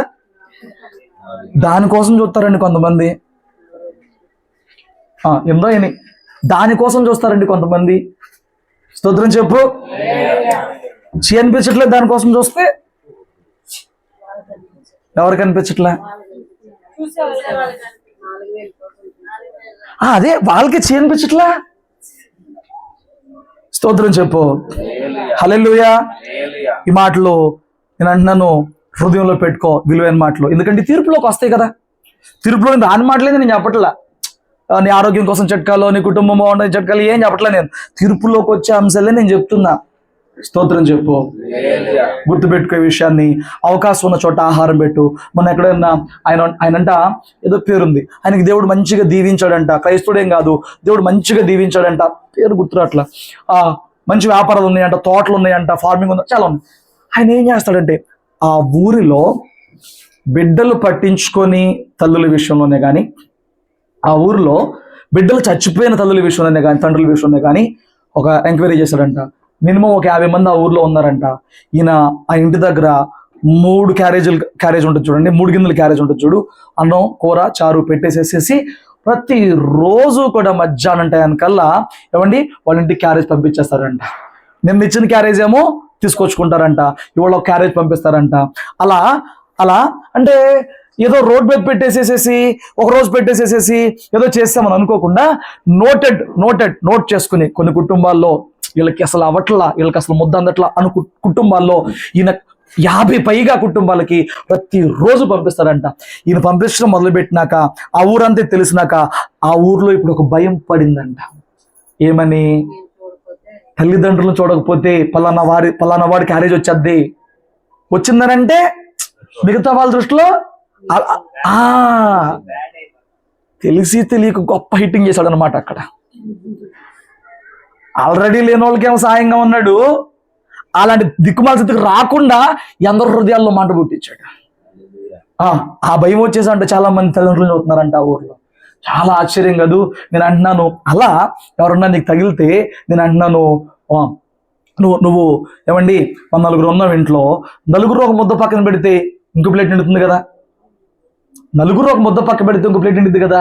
ఆ ముద్ద అలాంటి వాళ్ళు ఎవరన్నా తగిలితే వాళ్ళకి పంపించు, నీ కుటుంబానికి బిడ్డలకి ఆ దీవెన అలాగే ఉండిపోతుంది. హల్లెలూయా. ఆ మాట ఆశ్చర్యంగా అనిపించింది నాకు, మనకి ఎలాగనిపించింది. కానీ ఇది అన్నపానీయాల విషయంలో అన్నపానాల విషయంలో ఎక్కడైనా ఎప్పుడైనా నీకు అవకాశం ఉన్నంత వరకు నీ నోటి దగ్గరదైనా నువ్వు తీసి వారికి పెట్టే ప్రయత్నం అయితే చెయ్యి. దేవుళ్ళు ఎక్కడుగుతాడు, దేవుడు నేను దీవిస్తాడు. అన్నపానీయాలు అయిపోయినాయి. తర్వాత ఏమన్నాడు? అన్నపానీయాలు అయిపోయినాయి అన్న.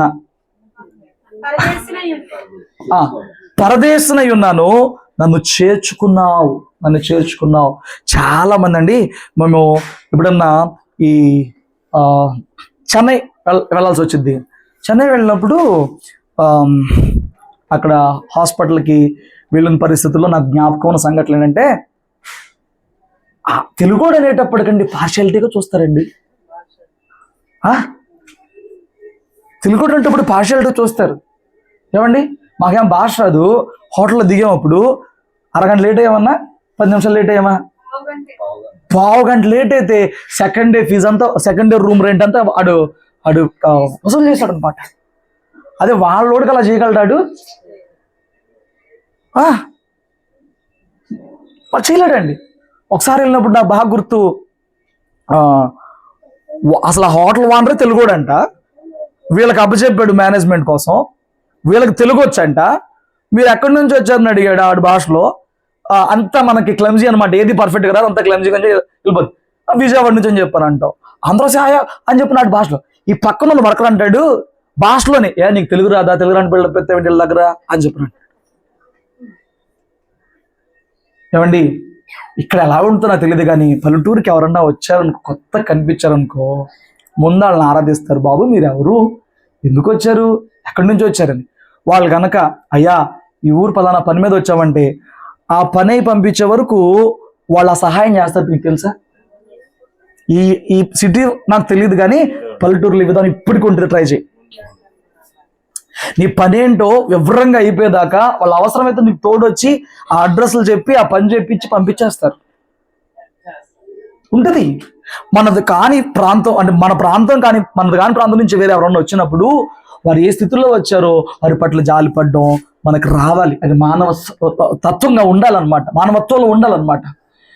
నాకు తెలిసిన క్యాస్టబుల్లో ఒక ఆయన జాబ్ పర్పస్ మీద ఊరొచ్చి ఆ సెంటర్లో దిగాడంట. దిగినప్పుడు ఒక ఆయన కనిపెడుతున్నాడు, ఎవడు వీడు అని చెప్పని. పల్లెటూరు అదే చేస్తారండి, కొత్త వాళ్ళతో కనిపెడతారు. ఎప్పుడు ఎందుకు వచ్చాడు, ఏంటి అవసరమా, బాధ, కన్నింగా మొత్తం కనిపెడతాడు. అయితే ఇప్పుడు ఆ వ్యక్తి తిరుగుతుంటే పిలిచి, ఎందుకు వచ్చావు, ఏంటి కాస్త ఇబ్బంది పడుతున్నారంటే, నాకు పలానా చోట జాబ్ వచ్చిందండి, నాకు ఇక్కడ ఇల్లు కావాలని చెప్పానంటే రా నేను తీసుకెళ్తా అని చెప్పని తీసుకెళ్ళి వాళ్ళ ఇంటి పక్కన అద్దెలుంటే ఇప్పించి వాళ్ళు కోలుకునే వరకు వీళ్ళు సహాయం చేస్తారు. వాడు మళ్ళీ అన్ని అవసరాలు తీరే వరకు పొయ్యో, ఉప్పో, పప్పో, కారమో వాళ్ళు తేరుకునే వరకు, వాళ్ళు ఇక్కడికి వచ్చి వాళ్ళు ఇక్కడ క్యాజువల్ లైఫ్ లో పడిపోయే వరకు వీళ్ళు సపోర్ట్ ఇస్తారు. హల్లెలూయా. అది పరదేశిని చేర్చుకోవడం అంటే ఏంటంటే, మనది కాని ప్రాంతం నుంచి ఒకటి వచ్చి వాడు దేని కొరకు వచ్చి పోరాడుతున్నప్పుడు నీ వంతుగా నీ హృదయంలో నుంచి వాడికి సపోర్ట్ ఇచ్చే మనసును కలిగి ఉంటుంది. ఎప్పుడన్నా ఇలా చేసావా? స్తోత్రం చెప్పండి. ఆ దేవుడు గుర్తుపెట్టుకుంటాడు. అన్ని నోట్ చేస్తున్నాడు కదా ఇక్కడ. ఈ విషయం వాళ్ళు గుర్తుపెట్టుకుంటారండి, దేవుడు గుర్తుపెట్టుకుంటాడు. స్తోత్రం చెప్పండి. హల్లెలూయా. కాబట్టి నువ్వు ఎప్పుడన్నా ఎవరన్నా ఆ ప్రాంతంలో ఆ పరిస్థితులలో కొత్తగా కనిపించినప్పుడు, వారు ఏదో సహాయం కోసం ప్రయత్నం చేస్తున్నప్పుడు ఒకసారి ఆగి, ఏంటి నీ బాధ, ఏంటి నీ పరిస్థితి, ఏంటి నీ గొడవ ఒకసారి కనుక్కుంటే నీ ఒక్క మాట వాడికి ఎంత దారి చూపించవచ్చు. నీకు తెలిసిన ఆ అడ్రస్ని బట్టి వాడికి ఎంతో మేలు చేయొచ్చు. స్తోత్రం చెప్పండి. హల్లెలూయా. కాబట్టి మనకెందుకు వచ్చిన గొడవ, ఆడి దెబ్బలాడు పడతాడు అనేది మనకు ఉండకూడదు. అది దయ చూపించడం. హల్లెలూయా. ఆ పరిస్థితుల్లో నేను ఊహించుకోవాలి.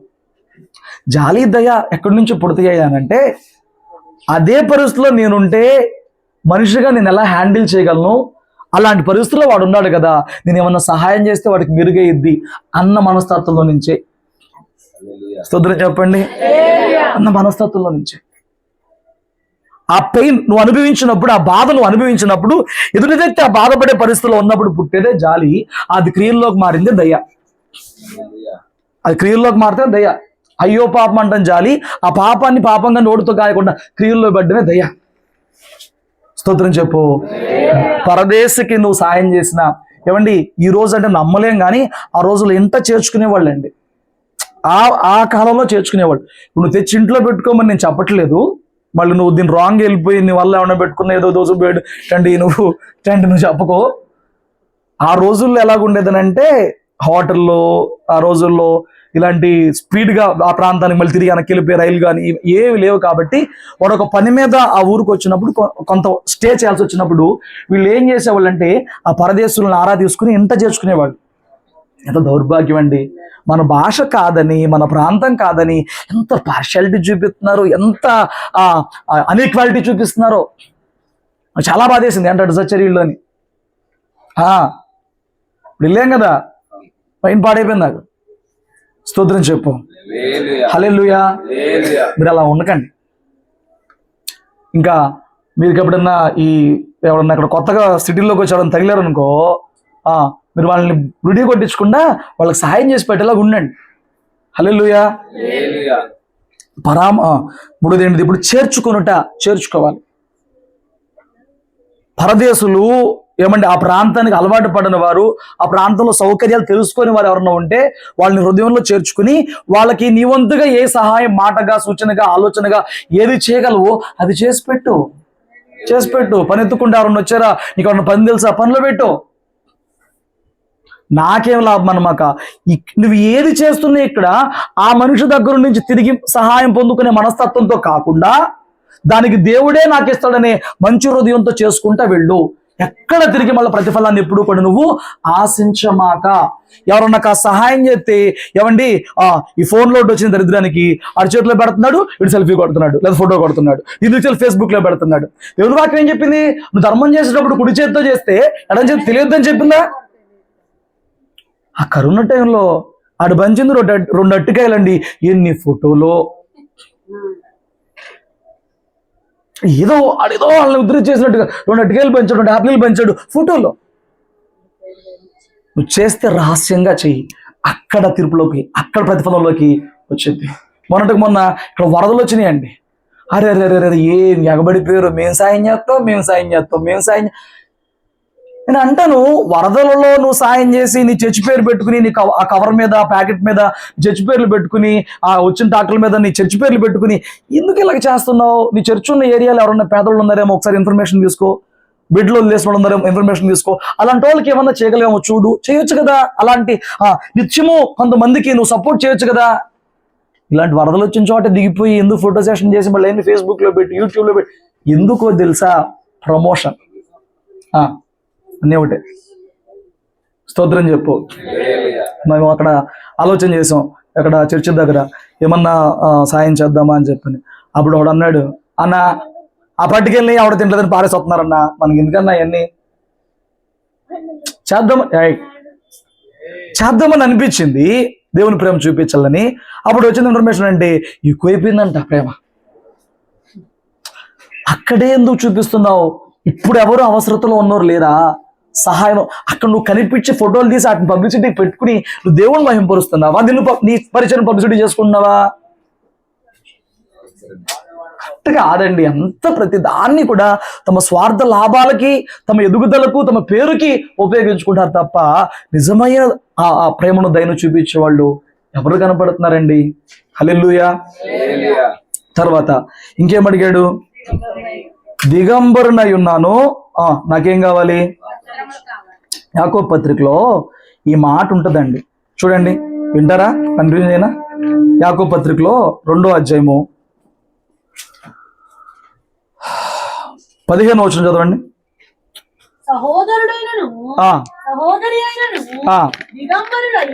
ఎలాగుండి? ఆనాటికి భోజనములకు ఉన్నప్పుడు మీలో ఎవడైనను శరీరమునకు కావలసిన వాటిని ఇయ్యక సమాధానముగా వెళ్ళండి, చలి కాచుకోనండి. అని చెప్పిన యెడల ఏం ప్రయోజనం? ఏమన్నా ప్రయోజనం ఉందా? పరిశుద్ధమాంటి లేటుగా వచ్చావు, మళ్ళీ పడుకుంటున్నావు. ఏంటంట?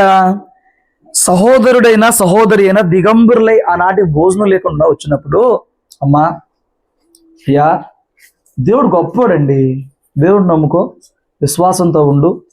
ఇదేంటిది? దేవుడు గొప్పడు నువ్వు ఎట్లా చూపించాలి?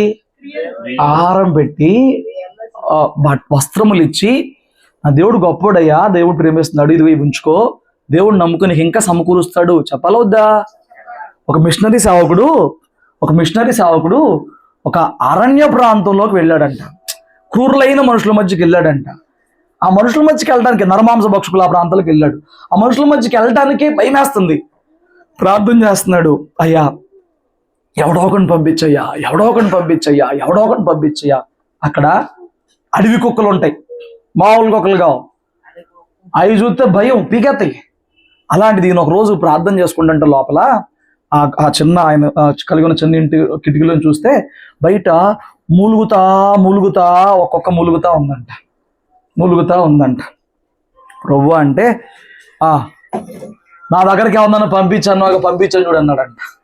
దేన్ని? ఈయన ఏం సంపాదిత్తకెళ్ళాడు, ఏమొచ్చింది, ఏంటో ప్రభు ఏదో అంటే ఏదో చెప్తాడని చెప్పి ఏం మనసు వచ్చి, సరే పాప చచ్చేలాగా ఉందని దాని దగ్గరికి వెళ్ళి, మిషనరీకి వెళ్ళేవాళ్ళు కొంత వైద్యం నేర్చుకుంటారు. ఆ వైద్యంతో దానికి గాయం కట్టి, దాని పుండు కట్టి, దానికి ఆహారం పెట్టి, దాన్ని ట్రీట్ చేసి దాన్ని వదిలేశాడు. వెళ్ళిపోయింది. అది కోలుకున్న 2-3 రోజులకు 4 రోజులకు వెళ్ళిపోయింది. ఒక వారం రోజులు అయిన తర్వాత ఈయన లోపల ప్రార్థన చేసుకుంటే బయట సౌండ్ అని పడుతుందంట. ఏంట్రా సౌండ్ అని పడుతుందని చూస్తే ఈ వెళ్ళిపోయిన కుక్క 10 కుక్కలను వేసుకొచ్చిందంట. అప్పుడు ఈ దైవజనుడికి అర్థమైంది, నా దగ్గరకి ఎవరన్నా దేవుని గొప్పతనం తెలిసి రావాలని అంటే నేను దీనికి ప్రేమ చూపించా, ఇది వెళ్ళి 10 మందిని వేసుకొచ్చింది. సో నేను ఒక మనిషి మీద ప్రేమ చూపిస్తే, నా దేవుని ప్రేమను క్రియల్లో చూపిస్తే వాళ్ళు మిగతా వాళ్ళని వేసుకొస్తారని చెప్పి అర్థమైందంట. హల్లెలూయా. నువ్వు దేవుని బిడ్డవేయండి, దేవుడు మంచివాడండి, దేవుడు గొప్పోడండి, నువ్వు ఎంత స్మైలీగా చెప్పినా, ఎంత ఇదిగా చెప్పినా, నువ్వు క్రియలలో అది చూపించినప్పుడు నీ మాట ఎవ్వరికి ఎక్కదు, నీ మాట ఎవరి హృదయంలో పడదు, వాడు ఇంకొకరికి ఆ మాట చెప్పలేడు. ఆ ప్రేమ ఏంటో నీ ద్వారా వాడు చూడాలి, ఆ దయ ఏంటో నీ ద్వారా వాడు చూడాలి. స్తోత్రం చెప్పండి. బంధువుల్లో చుట్టాలు ఎవరన్నా, ఏమండి నేను మళ్ళీ చెప్తున్నాను, మన పండగల వేటికి కూడా కొత్త బట్టలు లేకపోయినా మనకు రోజు పండగే, గుర్తుపెట్టుకో. ఇప్పుడు క్రిస్మస్ పండుగ వస్తుంది కాబట్టి వీళ్ళు కొంటున్నారు కాబట్టి అప్పు చేసన్న కొనక్కర్లేదు, కొనమాకు. పాత బట్టలే వేసేసుకో. పండగ బట్టల్లో లేదు, పండగ డెకరేషన్లో లేదు, పండగ క్రిస్మస్ ట్రీలో లేదు, పండగ నీ హృదయంలోనే ఉంటుంది.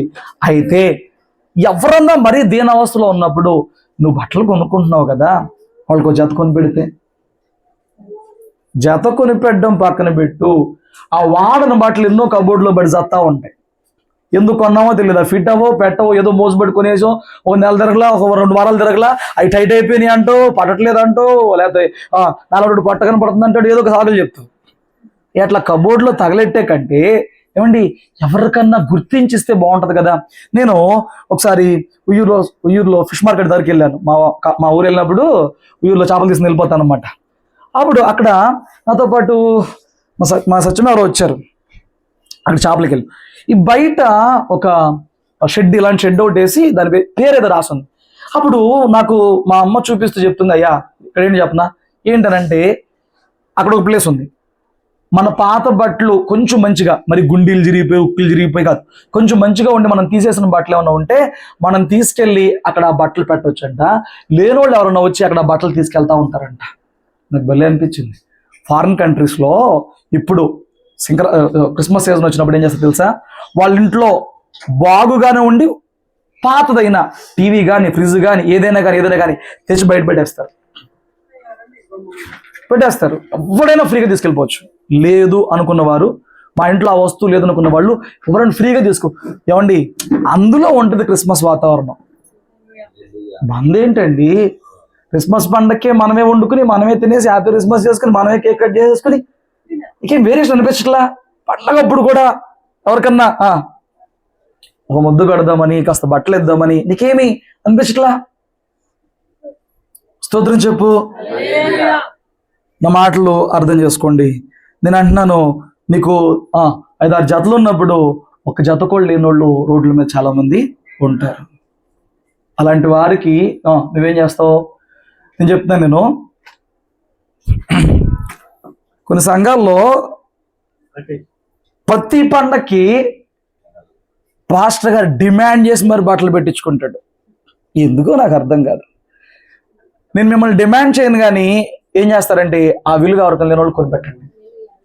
అడగం కదా పాస్టర్కి. విశ్వాసాలు పెడితే తీసుకోవాలి, లేకపోతే మానిపడేది. ఆ పండుగ రోజున మీ ఇంట్లో వాళ్ళే కొత్త బట్టలు కొనుక్కుంటే మరి పాస్టర్ గారు పిచ్చి బట్టలు వేసుకుని పండుగ చేసుకోవాలా? విశ్వాసాలకు అర్థమవుతుందా, తెలుస్తుందా? ఇదేం మాయ రోగం. సేవకు పిలిచినోడు నీకు దేవుడు బట్టలు ఇవ్వడా? ఆయన అడుగు. ఎవడు హృదయం ప్రేరేపిస్తే వాడు పుడితే ఇస్తాడు. నాలుగు పరిచయలో ఎప్పుడన్నా ఎవరన్నా నాకు బట్టలు పెట్టడం అడిగానా? దరిద్రం. నీ మనసుకు పుడితే దేవుడు చెబితే సేవకుడికి ఒక జత బట్టలు పెట్టమని పెట్టి పెట్టించుకుంటా. అంతేగాని మరి పండుగ వస్తుంది, మరి పండుగ ఏంటి నీ గోళ, ఏంటి నీ బాధ? మరి పండుగ వస్తుంది కాబట్టి మీరే కాదు సేవకుల కుటుంబాలకు జ్ఞాపకం చేసుకోవాలి. నేను పంపించిన దేవుడు కదా సేవకి. ఆయన చెప్పు, అయ్యా పండుగ వస్తుంది నన్ను జ్ఞాపకం చేసుకో, ఆయన చెప్పు. లేదా పాత బట్టలు వేసుకొని వచ్చి వాక్యం చెప్పు. తెల్ల బట్టలు వేసుకొచ్చి కామన్గా అవి కొత్త బట్టలాగానే ఉంటాయి పాస్టర్ గారి బట్టలు. ఇప్పుడు తెల్ల బట్టలేగా ఏం చేసినా సరిపోద్ది. ఎందుకు వచ్చిన వ్యవహారాలండి ఇమ్ము జలగలాగా? స్తోత్రం చెప్పు. ఆ విలువ ఎవరికన్నా లేని వాళ్ళకి ఒక జత పెట్టు, లేని వాళ్ళకి అన్నం పెట్టు. ఏమండి, నిన్ను బట్టి నాకు ఆశీర్వాదం వచ్చింది, నా బోధేగా అది. స్తోత్రం చెప్పు. ఎవరికన్నా లేని వాళ్ళకి పెట్టు. అచ్చంగా పరిచయంలో కూర్చోక, కానీ కనీసం ఆ సందర్భాల్లో నేను దేవుని పేరిట కొందరు కడుపు నింపే ప్రయత్నించి, నువ్వు నింపగలిగితే నిత్యమో చెప్పాను, నిత్యమో చెయ్యి. లేని వాళ్ళకి వస్త్రాలు ఇవ్వండి. కొందరు ఇప్పుడంటే గవర్నమెంట్ బట్టలు ఇచ్చేస్తుంది గవర్నమెంట్. ఒకప్పుడు బట్టలు కొనుక్కుని వెళ్ళడానికి కూడా స్కూల్కి ఇబ్బందులు పడి, ఏమండి యాత్రలు పడిన రోజులు ఉండేయండి. 2 జతలు ఉంటే అందులో ఒక జత జరిగిపోతే ఆ ఒక్క జతనే ఉతికి ఆరేసుకుని యాత్రలు పడి ఇబ్బంది పడే రోజులు ఉండేయండి. ఏమండి అయ్యా, అలాంటి వాళ్ళు కనిపించినప్పుడు నువ్వు జాలి చూపించు, దయ చూపించు. ఈరోజు ఆ స్కూల్స్లో ఇచ్చే అన్నీ కూడా చాలా మంచి విషయాలు అవి. ఇప్పుడు అన్నీ ఇస్తున్నారు పిల్లలకి. కార్పొరేట్ వాళ్ళకి ఏం తీసుకోకుండా షూస్ ఇస్తున్నారు, బ్యాగ్ ఇస్తున్నారు, అన్నీ ఇస్తున్నారు. మంచి పరిణామమే. ఇంకా ఎవరన్నా లేని బిడ్డలు ఉంటే వాళ్ళ ఆ సంవత్సరం క్రిస్మస్ బట్టలు కొనుక్కోలేకపోతే ఒక్క చేత వారు కొనిపెట్టు. దేవుడు అంటున్నాడు, అది నువ్వు నాకు ఇచ్చినట్లే అంటున్నాడు. ఎవరికి ఇచ్చినట్లండి? దేవునికి ఇచ్చినట్లే, ఆయనకి ఇచ్చినట్లే. స్తోత్రం చెప్పండి. నువ్వు పాస్టర్ గారికి పెడితే మరి ఈ సంవత్సరం జయరామ్ గారు నాకు బట్టలు పెట్టారు, ఇది చెబితే ఇంకో 10 మంది జయరామ్ గారే పెడతాడా? పెట్టలేమా? ఏమి టెక్నిక్లు వాడతారు నాయన. ఏమండి, నేను దేవుని పేట చెప్తున్నా, నేను సేవకు కూడా రాకముందు నేను జాబ్ చేయట్లేదు కాబట్టి మా డాడీ వాళ్ళకి ఒక్క రూపాయి అడిగేవాడిని కాదు. సంవత్సరంన్నర పాటు 2 జతలతో బతికా. సంవత్సరంన్నరతో పాటు చదివిచ్చారు, ఇంకెంత మించి 1 రూపాయి అడగొద్దాలని ఫిక్స్ అయ్యా. అలాగని మనకేమి జాబ్ లేదు, సేవ లేదు, శాలరీ లేదు. 2 జతలతో 1 సంవత్సరంన్నర నెట్టుకొచ్చానండి. ఎందుకో తెలుసా? దేవుడు నాకు లేమిలో ఉండడం అంటే ఏంటో కూడా అన్ని రకాలుగా, తిండిలో, కడుపు మార్చుకుంటలో, బట్టలలో, అన్నిట్లో నేర్పించాడు. స్తోత్రం చెప్పు. కానీ తన సేవకు పిలిచిన తర్వాత ఈ రోజుకి నాకు బట్టల విషయంలోనండి ఎప్పుడు కూడా దేవుడు కొద్దువ చేయలా. దేవుడు చేయలా. నా సంఘం గురించి కాదు చెప్తున్నా నేను. దేవుడు చేయలా. స్తోత్రం చెప్పు. ఇప్పుడు నాకు మనసు పుట్టి మోసపుట్టి కావాలంటే వెళ్ళి ఒక 10 జతలను కొనుక్కొచ్చుకుంటా. దేవుడు అంత కృప చూపించాడు. ఎంతో భాగ్యం అండి. విశ్వాసాలు పడి అడుగుతాకి నాకు ఇవ్వండి, నాకు పెట్టండి. కాదు, లేనోళ్ళు ఉన్నారు బయట, వాళ్ళకి పెట్టండి, వాళ్ళకి కొనివ్వండి. తీసేసిన వస్త్రాలు ఏమైనా ఉంటే వాళ్ళకి ఇవ్వండి. కొనివ్వగలిగే మనసు ఉంటే కనుక చుట్టాల్లో, బంధువుల్లో లేని వాళ్ళు ఎవరైనా ఉంటే వాళ్ళకి దేవుని పెరట, ఈ క్రిస్మస్ పెరట ఒక జత బట్టలు కొనిపెట్టండి అమ్మా. దేవుడు మిమ్మల్ని ఆశీర్వదిస్తాడు. హల్లెలూయా, హల్లెలూయా. ఇంకొక పాయింట్ చెప్పాడు తర్వాత, ఏంటంట? రోగిగా ఉంటే. ఏంటి గొడవ? కట్ చేసి పెడతా మళ్ళీ చెవులు ముక్క. నీకు కూడా సైలెంట్ కూర్చోండి కాసేపు. స్తోత్రం చెప్పు. 2 పాయింట్లు కూడా జాగ్రత్తనండి. రోగిగా మనము మన జీవితకాలంలో రోగులు అవుతామా అమ్మా? కదా. ఏం కోరుకుంటాం? పరామర్శ. మా బాలేదంటగా ఎలాగున్నావు, బాగాలేదంటే ఎలాగున్నావు? నీ బంధువుల్లో లేనివాడు కానీ నీ సంఘంలో ఎవడైనా కానీ అనారోగ్యంతో ఉన్నారని తెలిస్తే నువ్వు రియాక్ట్ అయ్యే విధానం ఏంటి? నువ్వు రియాక్ట్ అయ్యే విధానం ఏంటి? ఏం చేయాలని అడగట్లా, నువ్వు ఎలా రియాక్ట్ అవుతున్నావు ఇప్పుడు దాకా అది ఒకసారి నువ్వు ఎలా రియాక్ట్ అవుతున్నావు? స్తోత్రం చెప్పండి. నేను అంటున్నాను, వాళ్ళ హాస్పిటల్లో ఉన్నప్పుడే వీలైతే వాళ్ళ దగ్గరికి వెళ్ళాలి. అవకాశం లేకపోతే హాస్పిటల్ నుంచి డిశ్చార్జ్ అయిన వాళ్ళ దగ్గరికి వెళ్ళాలి. ఇంకా బెటర్ ఆప్షన్ ఏంటంటే కాయా పండు కన్నా కూడా వీలైతే కొంత అమౌంట్ ఆ హాస్పిటల్ బిల్లులు వాళ్ళకి డబ్బులు ఉన్నాయో లేవో కొంత అమౌంట్ ఒక చిన్న కవర్లో పెట్టి వాళ్ళకి ఇవ్వగలిగితే ఇంకా మంచిది. స్తోత్రం చెప్పండి. రోజున పెద్ద కరుకున్న సంఘాల్లో ఒక సంఘంలో ఒక వ్యక్తికి బాగాలేదని తెలిసింది. ఆ ముందు రోజేమో మా తాతయ్యది కార్యక్రమం జరిగింది, సంవత్సరం కాదు మామూలు అదే జ్ఞాపకార్థం కార్యక్రమం జరిగిన తర్వాత రోజున నాకు తెలిసింది ఏంటంటే పలానా వ్యక్తి కొన్ని రోజులుగా హాస్పిటల్, నాకు అంతకుముందు తెలిసింది. తెలవంగానే నేను మా సత్యంని అంట పెట్టుకున్నామా, ఒకసారి నువ్వు రా, మరి అయితే వెళ్ళొద్దాం అని చెప్పని పరుగున విజయవాడ గవర్నమెంట్ హాస్పిటల్కి వచ్చాం. హార్ట్ ప్రాబ్లం అయింది. వెళ్ళి లోపలికి వెళ్ళిన తర్వాత అయ్యా వచ్చావుగా, చిన్న ప్రార్థన చేయ్యా ఆయన చాలా సంతోషిస్తున్నాడు. నేను వీరవల్ల పరిచయం ఎప్పుడో వదిలేసా, ఇది మొదలెట్టినప్పుడు అప్పుడు వదిలేసా నాకు అవక. వాళ్ళందరికీ నేను గుర్తు, వాళ్ళు నాకు తెలుసు. ఇప్పుడు వెళ్ళా, ఆయన అయ్యా వచ్చావు సంతోషం, చిన్న ప్రార్థన చేసి వెళ్ళాను. ప్రార్థన చేస్తున్నా, అలా ఆవిడ కళ్ళు మూసుకుంది, నాతో పాటు వచ్చిన మా సజ్జం కళ్ళు మూసుకుంది, ఈయన కళ్ళు మూసుకున్నాడు. కళ్ళు మూసుకున్నారు. ప్రార్థన చేసేసి కొంత అమౌంట్ నా సామర్థ్యం కొద్దీ ఆయన జేబులో పెట్టా. ఆయన చెయ్య తూసేస్తున్నాడు. కళ్ళు మూసుకున్నప్పుడే చెయ్యాలి, కళ్ళు తెరిసినప్పుడే తల్లి తీసుకోరు, చెయ్య ఆపేస్తారు. కళ్ళు మూసుకుని పెట్టేసా. ఆయన పట్టేసుకున్నాడు, చెయ్యి పట్టేసుకుని కాదు అన్నాడు. కాదు, ఉంచుకో ఉన్నాయన్న, ఉన్నాయి ఉంచుకో అని చెప్పి నేను వెంటనే ఉండకూడదు అక్కడ అని చెప్పి, కాదయ్యా మేమే కానుక పెట్టాలి. ఎవరు చెప్పింది నీకు? నువ్వు రోగి మంచాన్ని కూర్చుంటే అయిపోయింది. బయటకు వచ్చేసిన తర్వాత వాళ్ళ ఆవిడ మాతో పాటు బయటకు వస్తే, అమ్మ అక్క నువ్వేం భయపడొద్దు అని చెప్పి బలపరుస్తున్నావు. ఆ నర్సు ఒక ఆవిడ ఉంది. నర్సు అంటుంది, ఏమండి మీరు ఏమనుకోవద్దు, నేను ప్రార్థన చేస్తాను, కానీ ఇక్కడ దేవుని మాటలో చెప్పొద్దండి.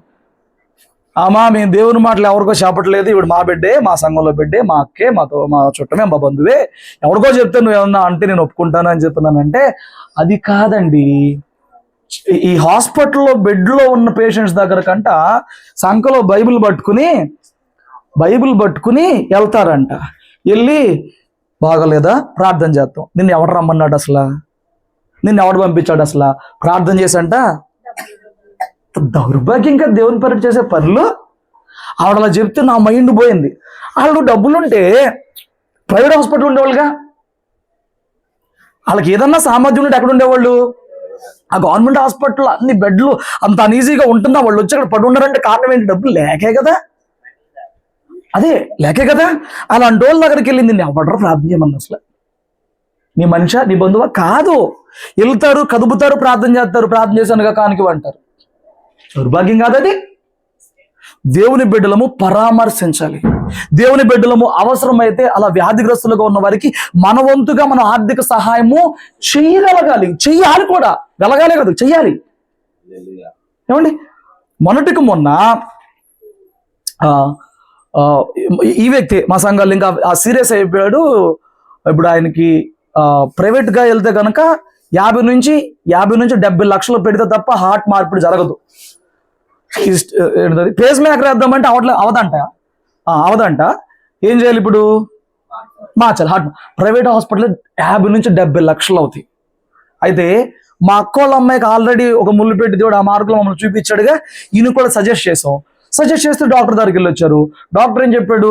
మేము చేస్తాము, కానీ ఎప్పుడు హార్ట్ దొరికిద్దో మాకు తెలియదు కదా, అప్పుడు దాకా మీరు మాకు అందుబాటులో ఉండాలి.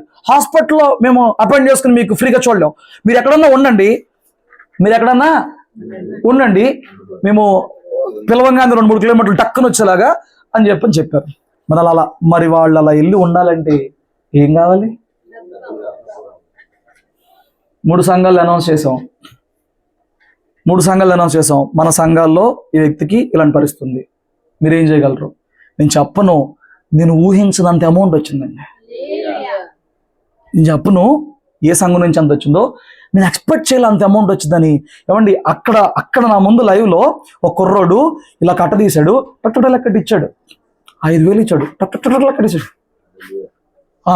ఉన్న వాళ్ళు కూడా కొంతమంది ఇవ్వలేకపోయారు, 500 సరిపెట్టుకున్నారు, ఓకే. కానీ ఒకళ్ళు 10,000 ఇచ్చారు. ఒకళ్ళు ఊహించిన ఒక అమౌంట్ జరిగింది. అందులో ఆ వచ్చిన అమౌంట్లో ప్రస్తుతానికి ఒక 25,000 వాళ్ళ చేతిలో పెట్టారు పాస్టర్ గారు, మాయ గారు. 25,000 ఆయన చేతిలో పెట్టి, మీరు వెళ్ళండి, ఇవి వాడండి, నా కార్డు ఉంచుకోండి, అయిపోయిన కార్డు నాకు ఫోన్ చేయండి, నేను విడతల వారీగా మీకు అమౌంట్ వేస్తానని చెప్పాను. సంఘములో ఎవరన్నా బాగున్నప్పుడు, సంఘంలో పరిస్థితులు కఠినంగా ఉన్నప్పుడు మనం చేయాల్సింది ఏంటి అంటే, మన వంతు సహాయము అక్కడ అందించే ప్రయత్నము చేయాలి. సంఘాల్లోనే జరగకపోతే ఇంకా లోకంలో మనం ఏం చేస్తామండి? నీ తోటివాడు బాగున్నప్పుడు, తోటివాడు సిక్ అవుతున్నప్పుడు నీ వంతుగా మాటే కాదు, నువ్వేమన్నా వారికి లేవలేని పరిస్థితి ఉన్నాడు కదా, వారం రోజులు పని మానేసాడంటే ఇలా నువ్వు ఏదైనా చేయగలిగితే చెయ్యాలి. హల్లెలూయా. ఇవన్నీ దేవుడు కౌంట్ చేసుకుంటాడు అని చెప్పేది మీకు అనుకూలంగా సర్దుబాటు ఉన్నా లేకపోయినా ఇవన్నీ ఎవరు కౌంట్ చేస్తున్నారండి? దేవుడు కౌంట్ చేస్తున్నాడు, గుర్తుపెట్టుకో. కౌంట్ చేస్తున్నాడు, గుర్తుపెట్టుకో. వ్యాధిగ్రస్తుల మీద ప్రేమ చూపించు, పరామర్శించు, ఆదరించు. తల్లి అట్లా ఆదరించు, అట్లా ఆదరించు, ప్రార్థన చేయి, బలపరచు. ఏం కాదు, తగ్గిపోద్ది. ఎందుకు భయపడుతున్నావు? వాళ్ళు ప్రోత్సహించు. ఇలాంటి బోల్డ్ చూసావు ఏంటి, వాళ్ళని మోటివేట్ చేయి. నేను ఎక్కడికి వెళ్ళినా వాళ్ళు కృంగదీనండి. నాకేదన్నా బాగలేదని తెలిసిందా ఏమండి, ఆంటీ నేను పరుగు నిలిపోతాం. వాళ్ళు ఫంక్షన్లకి పెళ్ళిళ్ళకి వెళ్ళమో తెలియలే, కానీ బాగలేదని తెలిసిందా పని కట్టుకుని వెళ్ళొస్తాం అనమాట. స్తోత్రం చెప్పండి. వెళ్ళి రావాలి కూడా. సంఘాల్లో ఏ సంఘమైనా దైవికమైన క్రమం అది, దైవికమైన నియమం అది. మాటలు మీకు అర్థమవుతున్నాయా? కొంతమంది మందిరానికి రారు కదా, ఆడు మళ్ళీ మందిరానికి వచ్చే వరకు కూడా ఆడి పరిస్థితి ఏంటో సంఘంలో వాళ్ళకి తెలియదు.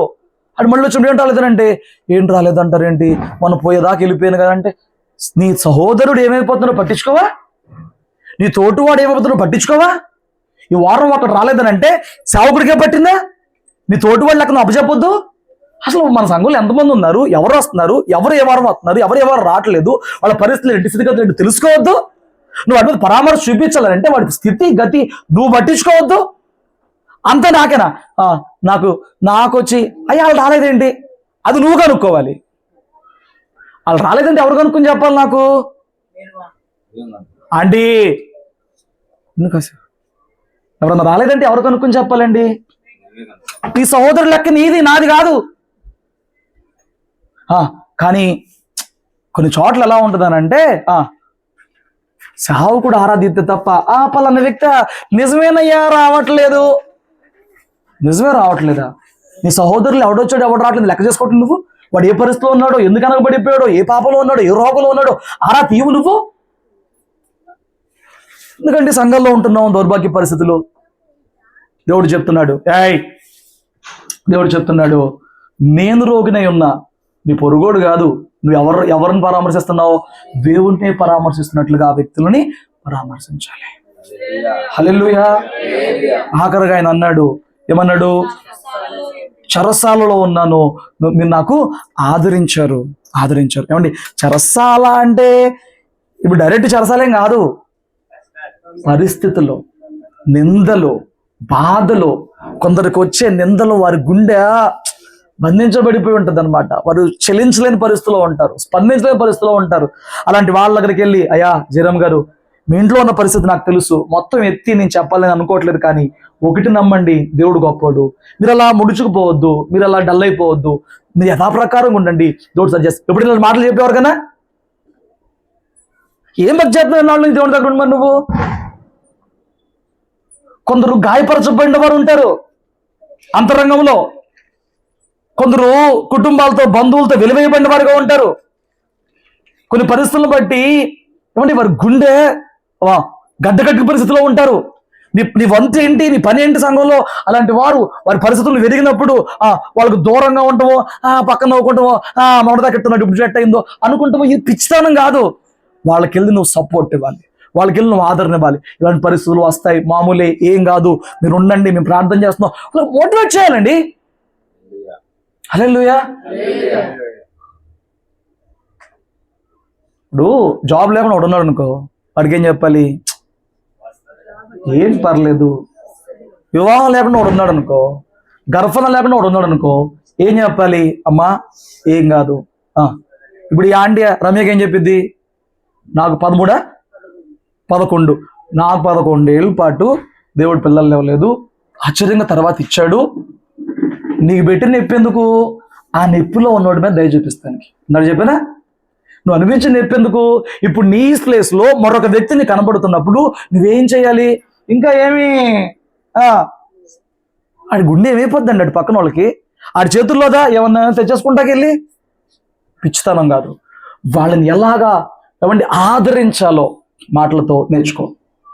చెరసాల్లో పడతారా మన వాళ్ళు ఎవరైనా వెళ్ళి? చెరసాల లాంటి పరిస్థితులతో నీ తోటివారు ఉన్నప్పుడు నువ్వేం చేయాలంటే నువ్వు మళ్ళా ప్రేమతో మాటలతో వారిని ఆదరించే ప్రయత్నం చెయ్యాలి. హల్లెలూయా. ఇవి సంఘంలోనే లేకపోతే కుటుంబాల్లో ఎక్కడ ఉంటాయి? లోకంలో ఎక్కడ చూపిస్తావు? ఏమండి, వాడు ప్రార్థనడే అవ్వక్కర్లా. నీ వీధులు ఎవరన్నా ఇలాంటి పరిస్థితుల్లో ఉన్నారా? నీ వాడకట్లు ఎవరన్నా ఇలాంటి పరిస్థితుల్లో ఉన్నారా?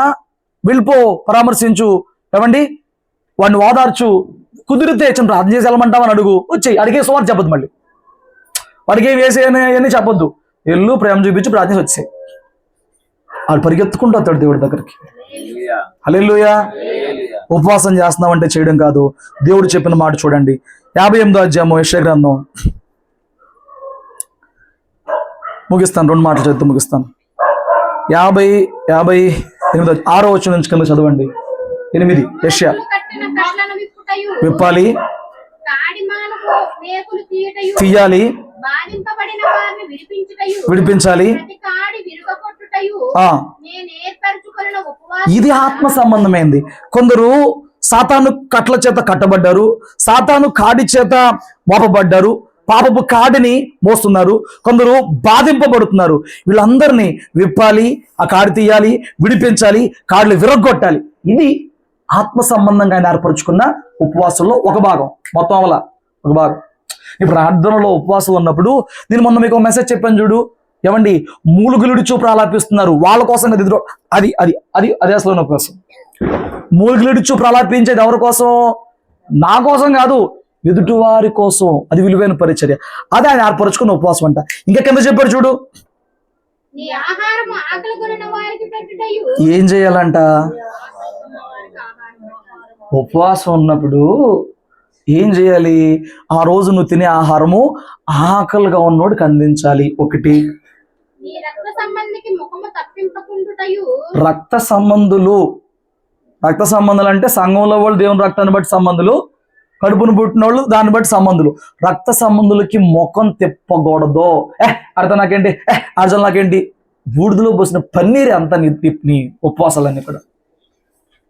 నేను శనివారం ఉపవాసం ఉంటే మా అక్కకు ఫోన్ చేస్తా. ఎందుకు? ఉపవాసం ఉన్నప్పుడు రక్త సంబంధ జోలు తీయాలి కనీసం అప్పుడన్నా. మిగతా అప్పుడు చేయమని మాకు, మిగతా అప్పుడు చేస్తా.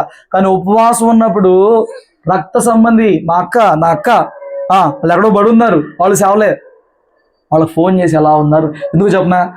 ఉపవాసంలో రక్త సంబంధికి మొక్కను తప్పించకూడదంట. మన రక్త సంబంధి సంఘంలో వాడైనా కుటుంబంలో వాడైనా మొక్కను తప్పించకూడదు. ఎందుకంటే సమాధానం లేకుండా ఉండకూడదు, మనుషుని తృణీకరించిన వ్యక్తిగా ఉండకూడదు, మనుషుని త్రోసేసిన వ్యక్తిగా ఉండకూడదు. అట్లా చేసే ఉపవాసాలే కావా? ఏ ఉపవాసాలు చేస్తున్నావు నువ్వు? ఎవరన్నాడు చూడు, వాదనలు ఆడతారు, గుద్దులు ఆడతారు, వివాదాలు చేస్తారు. ఏ ఉపవాసాలు? ఏం నేర్చుకున్నావు అన్నాడు దేవుని దగ్గర? ఉపవాసం అంటే నువ్వు కడుపు మార్చుకుంటూ మొహం మార్చుకుంటూ ఇదే ఉపవాసం? ఈ ఉపవాసం అంటే కడుపు మార్చుకుంటూ మొహం మార్చుకుంటా? 58వ అధ్యాయం చదివి ఉపవాసం చేయండి. తిన్నగా ఎప్పుడన్నా చేసేవాళ్ళు ఎవరైనా ఉంటే. ఉపవాసం ఉన్నప్పుడు నీ మాటల దీనత్వం ఎట్లాగా ఉండాలి? నువ్వు కడుపులో నలిగిపోతున్నందుకు ఆ నీరసంలో నుంచి నీకు వచ్చే మాట ఎంత విధేయతతో కూడింది, ఎంత దీనంతో కూడిందై ఉండాలి. నువ్వు గర్వం పట్టిన మాటలో కేకలేస్తావు కదా, ఇంక నీలో విధేయత ఎక్కడ ఉంది? ఉపవాసం వల్ల నలిగిపోయి నీ నుంచి వచ్చిన దీన మాట ఏది అసలు? ఉపవాసాలు ఉండి గుద్దులాడి అన్యాయ తీర్పులు తీర్చి ఒకటికి అన్యాయం చేసి ఒకటి బాధ పెట్టి ఒకటి దుఃఖపెట్టి ఇదే ఉపవాసం. ఆయన చెప్పాడు, నీ ఆహారం పక్కనోడికి పెట్టాలి, నీ రక్త సంబంధికి ముఖం తప్పించకూడదు, అప్పుడన్నా నేను ఉపవాసం ఉన్నాను, ఏంటి పరిస్థితి అని చెప్పి మాట్లాడాలి. స్తోత్రం చెప్పు. అంటే ఇక్కడ ఎందుకు రాశాడంటే, దయ చూపించమంటే వీధిలో వాడి మీద దయ బాగానే వచ్చింది, కానీ తన సొంత అన్నో అక్కో లేక అల్లాడిపోతుంటే ఇప్పుడు వాళ్ళకు చూపించాడు దయ్య. మీకు అర్థమైందా? పాస్టర్ గారు వాక్యంలో చెప్పారు దయ చూపించమని, ఓకే. సొంత అన్న మాడిపోతున్నాడు, సొంత అక్క మాడిపోతుంది, సొంత వాళ్ళు ఎవరు అల్లాడిపోతున్నారు, ఇడికి దయ్య సొంత వాళ్ళతో మొదలవ్వాలా వద్దా? ఇప్పుడు వీధులు ఎదుగుతారన్నమాట, ఎదుగుతారు, చేస్తారు, వస్తారు. మీరు వాక్యం చెప్పారే, మేము చేసాం, ఓకే. బయటోడి చేసావు, రక్త సంబంధిని ఏం చేసావు? అసలు దేవుడు ఏది వదలడండి నువ్వేమనుకుంటావు, కానీ జీవితంలో మొత్తాన్ని రేపెట్టాడు, ప్రతి విషయాన్ని రేపెడతాడు దేవుడు, ప్రతి విషయం రేపెడతాడు దేవుడు. స్తోత్రం చెప్పు. దేవుడికి అప్పుడు మేలు చేస్తాడని చెప్పి మళ్ళీ ఎందుకు పంపించట్లా ప్రతి వారం? ఎక్కడికి వెళ్ళి ఇదే ఉంటుంది మ్యాక్సిమం, దేవుడికి అప్పుడు మేలు చేస్తాడు, వచ్చి అయిపోయింది అంటారు. ఆ ప్రసంగం ఎందుకు చేయట్లేదు అనుకున్నా, దేవుడి అన్ని లెక్క కడతాడు. హల్లెలూయా. చెప్పకపోతే చెప్పనందుకు నాకు, చేయకపోతే చేయనందుకు నీకు కోటింగ్. మేలు దేవుని చేస్తానే ఉంటాడండి, అడగపోయిన చేస్తున్నాడు దేవుడు. స్తోత్రం చెప్పు. రక్త సంబంధికి మోకం తప్పించమాక, దిక్కుమాలిన బేదల్ని చేర్చుకో, ఇవ్వాలి. అది అన్ని టిక్ చేసావా?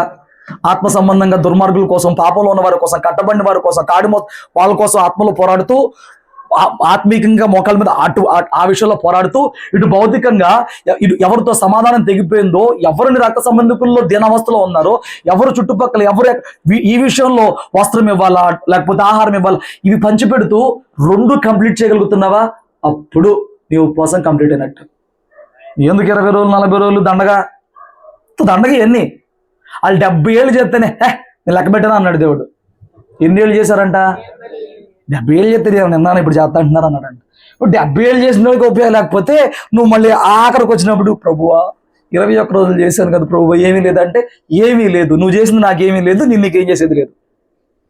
నువ్వు చేసేదానికి అనిపించాలి కదండి, ఇలా చేస్తాను అనిపించేదానికి. ఏమీ లేదంటే నువ్వేం చేసావురా, నువ్వు చేసింది ఏమీ లేదుగా, అప్పుడు నేనేం చేస్తాను? ఇంకా జాగ్రత్త. కాబట్టి ఉపవాసం ఉన్నామంటే అయిపోదు, ఏమండి ఈ క్రియలన్నీ కనబడాలి. నిన్న శనివారం నేను కంప్లీట్ ఫాస్టింగ్, మా అక్క ఫోన్ చేశాను, మా బావతో మాట్లాడా, ఉండాలి బావ అంటే, కాదు మీ అక్కతో మాట్లాడతావు కంటే వెళ్ళిపోయింది, అరగంట వెళ్ళిపోయింది వాక్యం చూసుకోకుండా. ఎందుకు? వాక్యం అండి. స్తోత్రం చెప్పు. ఎవరు ఉన్నారా? అన్నదమ్ములు అక్క చెల్లి ఎవరు ఉన్నారా? సోమవారం గొడవైందా? కోపం అయితే పోయిందా? ఓకే. కానీ సమాధానం వచ్చేసిందా? ఆ ఉపవాసం ఉన్న రోజున సమాధానం పడిపోవాలి. శుక్రవారం శనివారం ఉపవాసం ఉంటుందిగా, వ్యవహారం తేలిపోవాలి, లేదా కోటం అక్కడ ఉంటుంది, ఆయన దగ్గర ఉంటుంది. ప్రభుత్వ వ్యవహారం ఇది. అదే చెప్పాడు, మేలు చేయడం నీ చేతనైనప్పుడు దాన్ని పొందదగిన వారికి చేయకుండా వెనతీయొద్దు. అక్కడ 2 బ్యాచ్లు ఉన్నారు. ఒకళ్ళు అంటున్నారు, మేము ఎప్పుడు చేసామయ్యా నీకు? నాకు కాదు నాన్న, నీ అల్పుడైన ఒక సహోదరుడు నువ్వు చేసావు కాబట్టి నువ్వు దీవించబడ్డావు, రా నీ స్వాస్థ్యంలోకి అన్నాడు. మరొక బ్యాచ్ ఉన్నారు, వాళ్ళు చెప్పండి వాళ్ళారా, నన్ను పట్టించుకోలేదు అన్నాడు. మేము ఎప్పుడు పట్టించుకోలేదే నిన్ను అని చెప్పిన అడిగారు. అల్పులైన ఒకడికి ఈ పనుల్లో మీరు ఏది చేయలేదు.